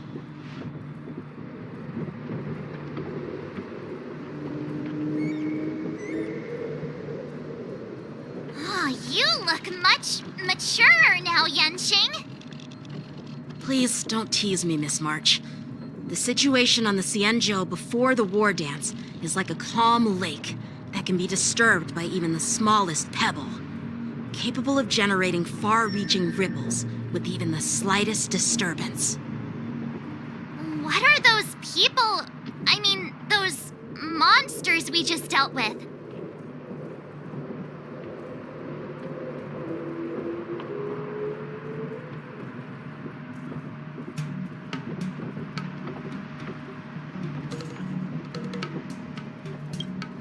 Yeah, those werewolf monsters are known as Borisin. They are abominations of abundance, and we've been fighting them for a very long time. The Borisin have been a powerful force for a long time, plundering and enslaving many worlds. The threat they pose is just as terrible as the Swarm disaster, and the Alliance even had a fierce war with them 3 decades ago. Their presence has faded over the years, but who would have thought? According to that officer, they attacked an IPC ship near the Senjo Lofu. Such a brazen attack seems quite unusual to me. Yeah, that's what I find strange too. It seems like the IPC and the Borisin have some serious grudges. Well, enough with the chit-chat. The General wants me to take you to the Palace of Astrum. I'd love to chit-chat a little longer, but there are some things that can't be left unchecked. Is it a serious matter? Maybe you'll need our help in hunting down the Borisin? Thank you, but it's no big deal. By the way, that young lady who just appeared, she took my sword. I'm thinking of filing a lost property report at the Realm Keeping Commission to see if I can get it back. I doubt she did it on purpose.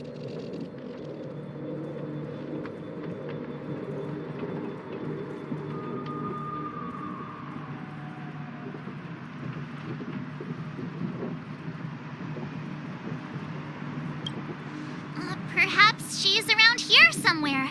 Shouldn't we take a look? All right, let's not keep the General waiting. Don't worry. There aren't many people out there with that kind of talent. It shouldn't be too hard to find her.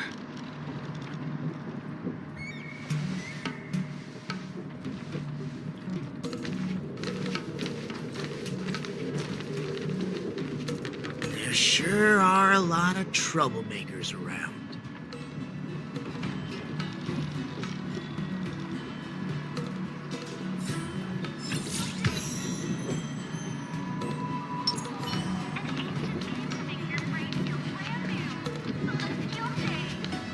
Those guys are terrifying. We'll see to it that these criminals are sent to the shackling prison as soon as possible. Thanks. Well,